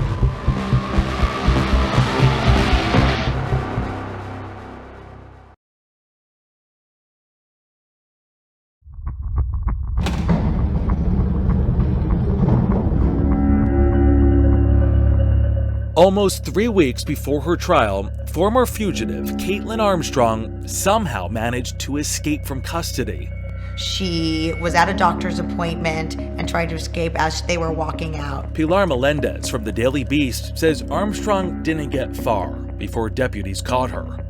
It was pretty astonishing that she did that, given the fact that she had tried to escape prosecution prior. This was just more evidence of her guilt. Jose Garza is Travis County's district attorney. He says his team of prosecutors, Ricky Jones and Guillermo Gonzalez, were more than ready to try the case. When we learned that she had tried to escape, it just added to our confidence level in the facts of this case that we would be able to secure justice for Moriah and her family. On November 1st, 2023, Armstrong's trial began. The last thing Mo did on this earth was scream in terror.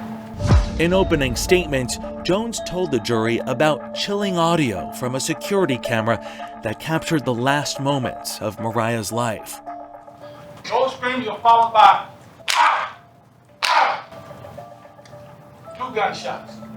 Kaitlin Armstrong stood over Mo Wilson and put a 3rd shot right in Mo Wilson's heart. Prosecutors said Armstrong had been tracking Moriah Wilson using a sports app. Kaitlin, prior to the murder, had been following Mo on a Strava app, which is basically an app that athletes use to track their miles, running, biking, and she knew exactly where she was. And they said that Armstrong, on the night of the murder, was most likely tracking Colin Strickland as well. She did have the ability to monitor his communications. She had access to all of his passwords, so she had access to his Instagram account. I believe that when Mo sent Colin a text letting him know the address where she was, I believe that Kaitlin Armstrong was at home on Colin Strickland's laptop. She saw that message. After murdering Moriah and before leaving the scene, Jones told the jury that Armstrong took Moriah's bike and discarded it in the bushes, just yards away from where her Jeep was parked. Our belief is that she maybe staged it to look like a robbery or something. Or another theory is Mo Wilson's bike is a tool of her trade. It might have been like the bullet shot in the heart. I'm gonna shoot you in the heart. I'm gonna throw away your bike. But they said Armstrong made one big mistake. She left her DNA behind on the handlebars and seat of Moriah's bike. And that's not all the evidence prosecutors had against Armstrong. There was that receipt that showed Armstrong had received plastic surgery while hiding out in Costa Rica. Everything she does, it's all consistent with trying to evade the authorities. But when it was the defense's turn, attorney Jeffrey Purrier told the jury there was no direct evidence, including security footage, that actually showed Armstrong was at the scene of the crime. Not one witness saw Kaitlin Armstrong allegedly commit this murder. Then why would Armstrong flee and hide from the authorities? Defense attorney Rick Kofer pointed the finger at Colin Strickland. Was she scared? What do you think? Do you think that she may have been concerned a little bit that her boyfriend had killed someone? Fear results in fight or flight. And it was flight. But Jones said there was a big problem with this theory because Strickland had nothing to do with the murder of Moriah Wilson. In fact, at the time of the murder, he was actually on the phone speaking with someone. It wasn't Colin Strickland. Armstrong's defense team did not respond to our request for an interview. After a 2-week trial, the defendant will please rise. It took the jury around 2 hours to decide Armstrong's fate. We, the jury, find the defendant, Kaitlin Armstrong, guilty of the offense of murder. As a prosecutor, the first row right behind you is the family. And you begin to feel their pain and their desire for a just outcome for their loved ones.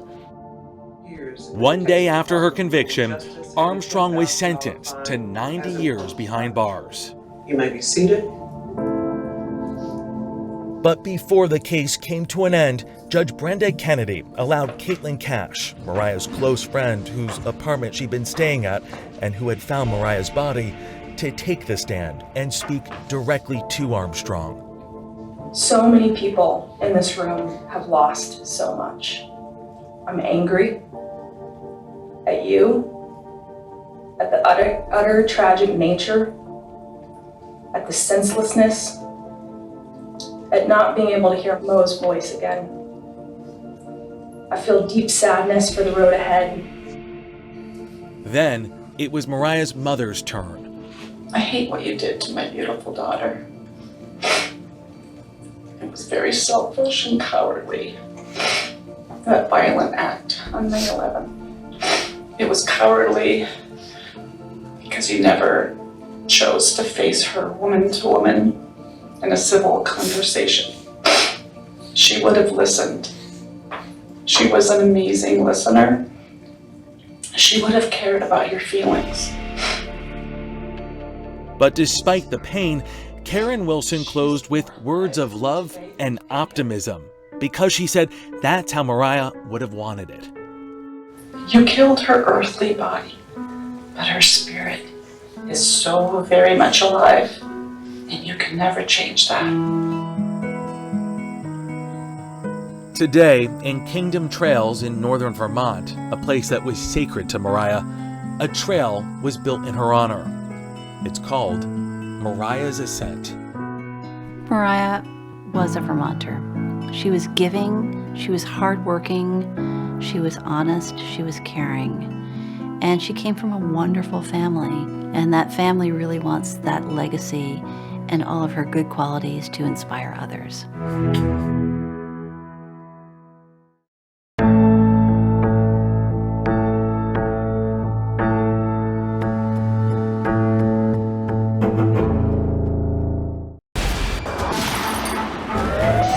"48 Hours. Don't miss an episode."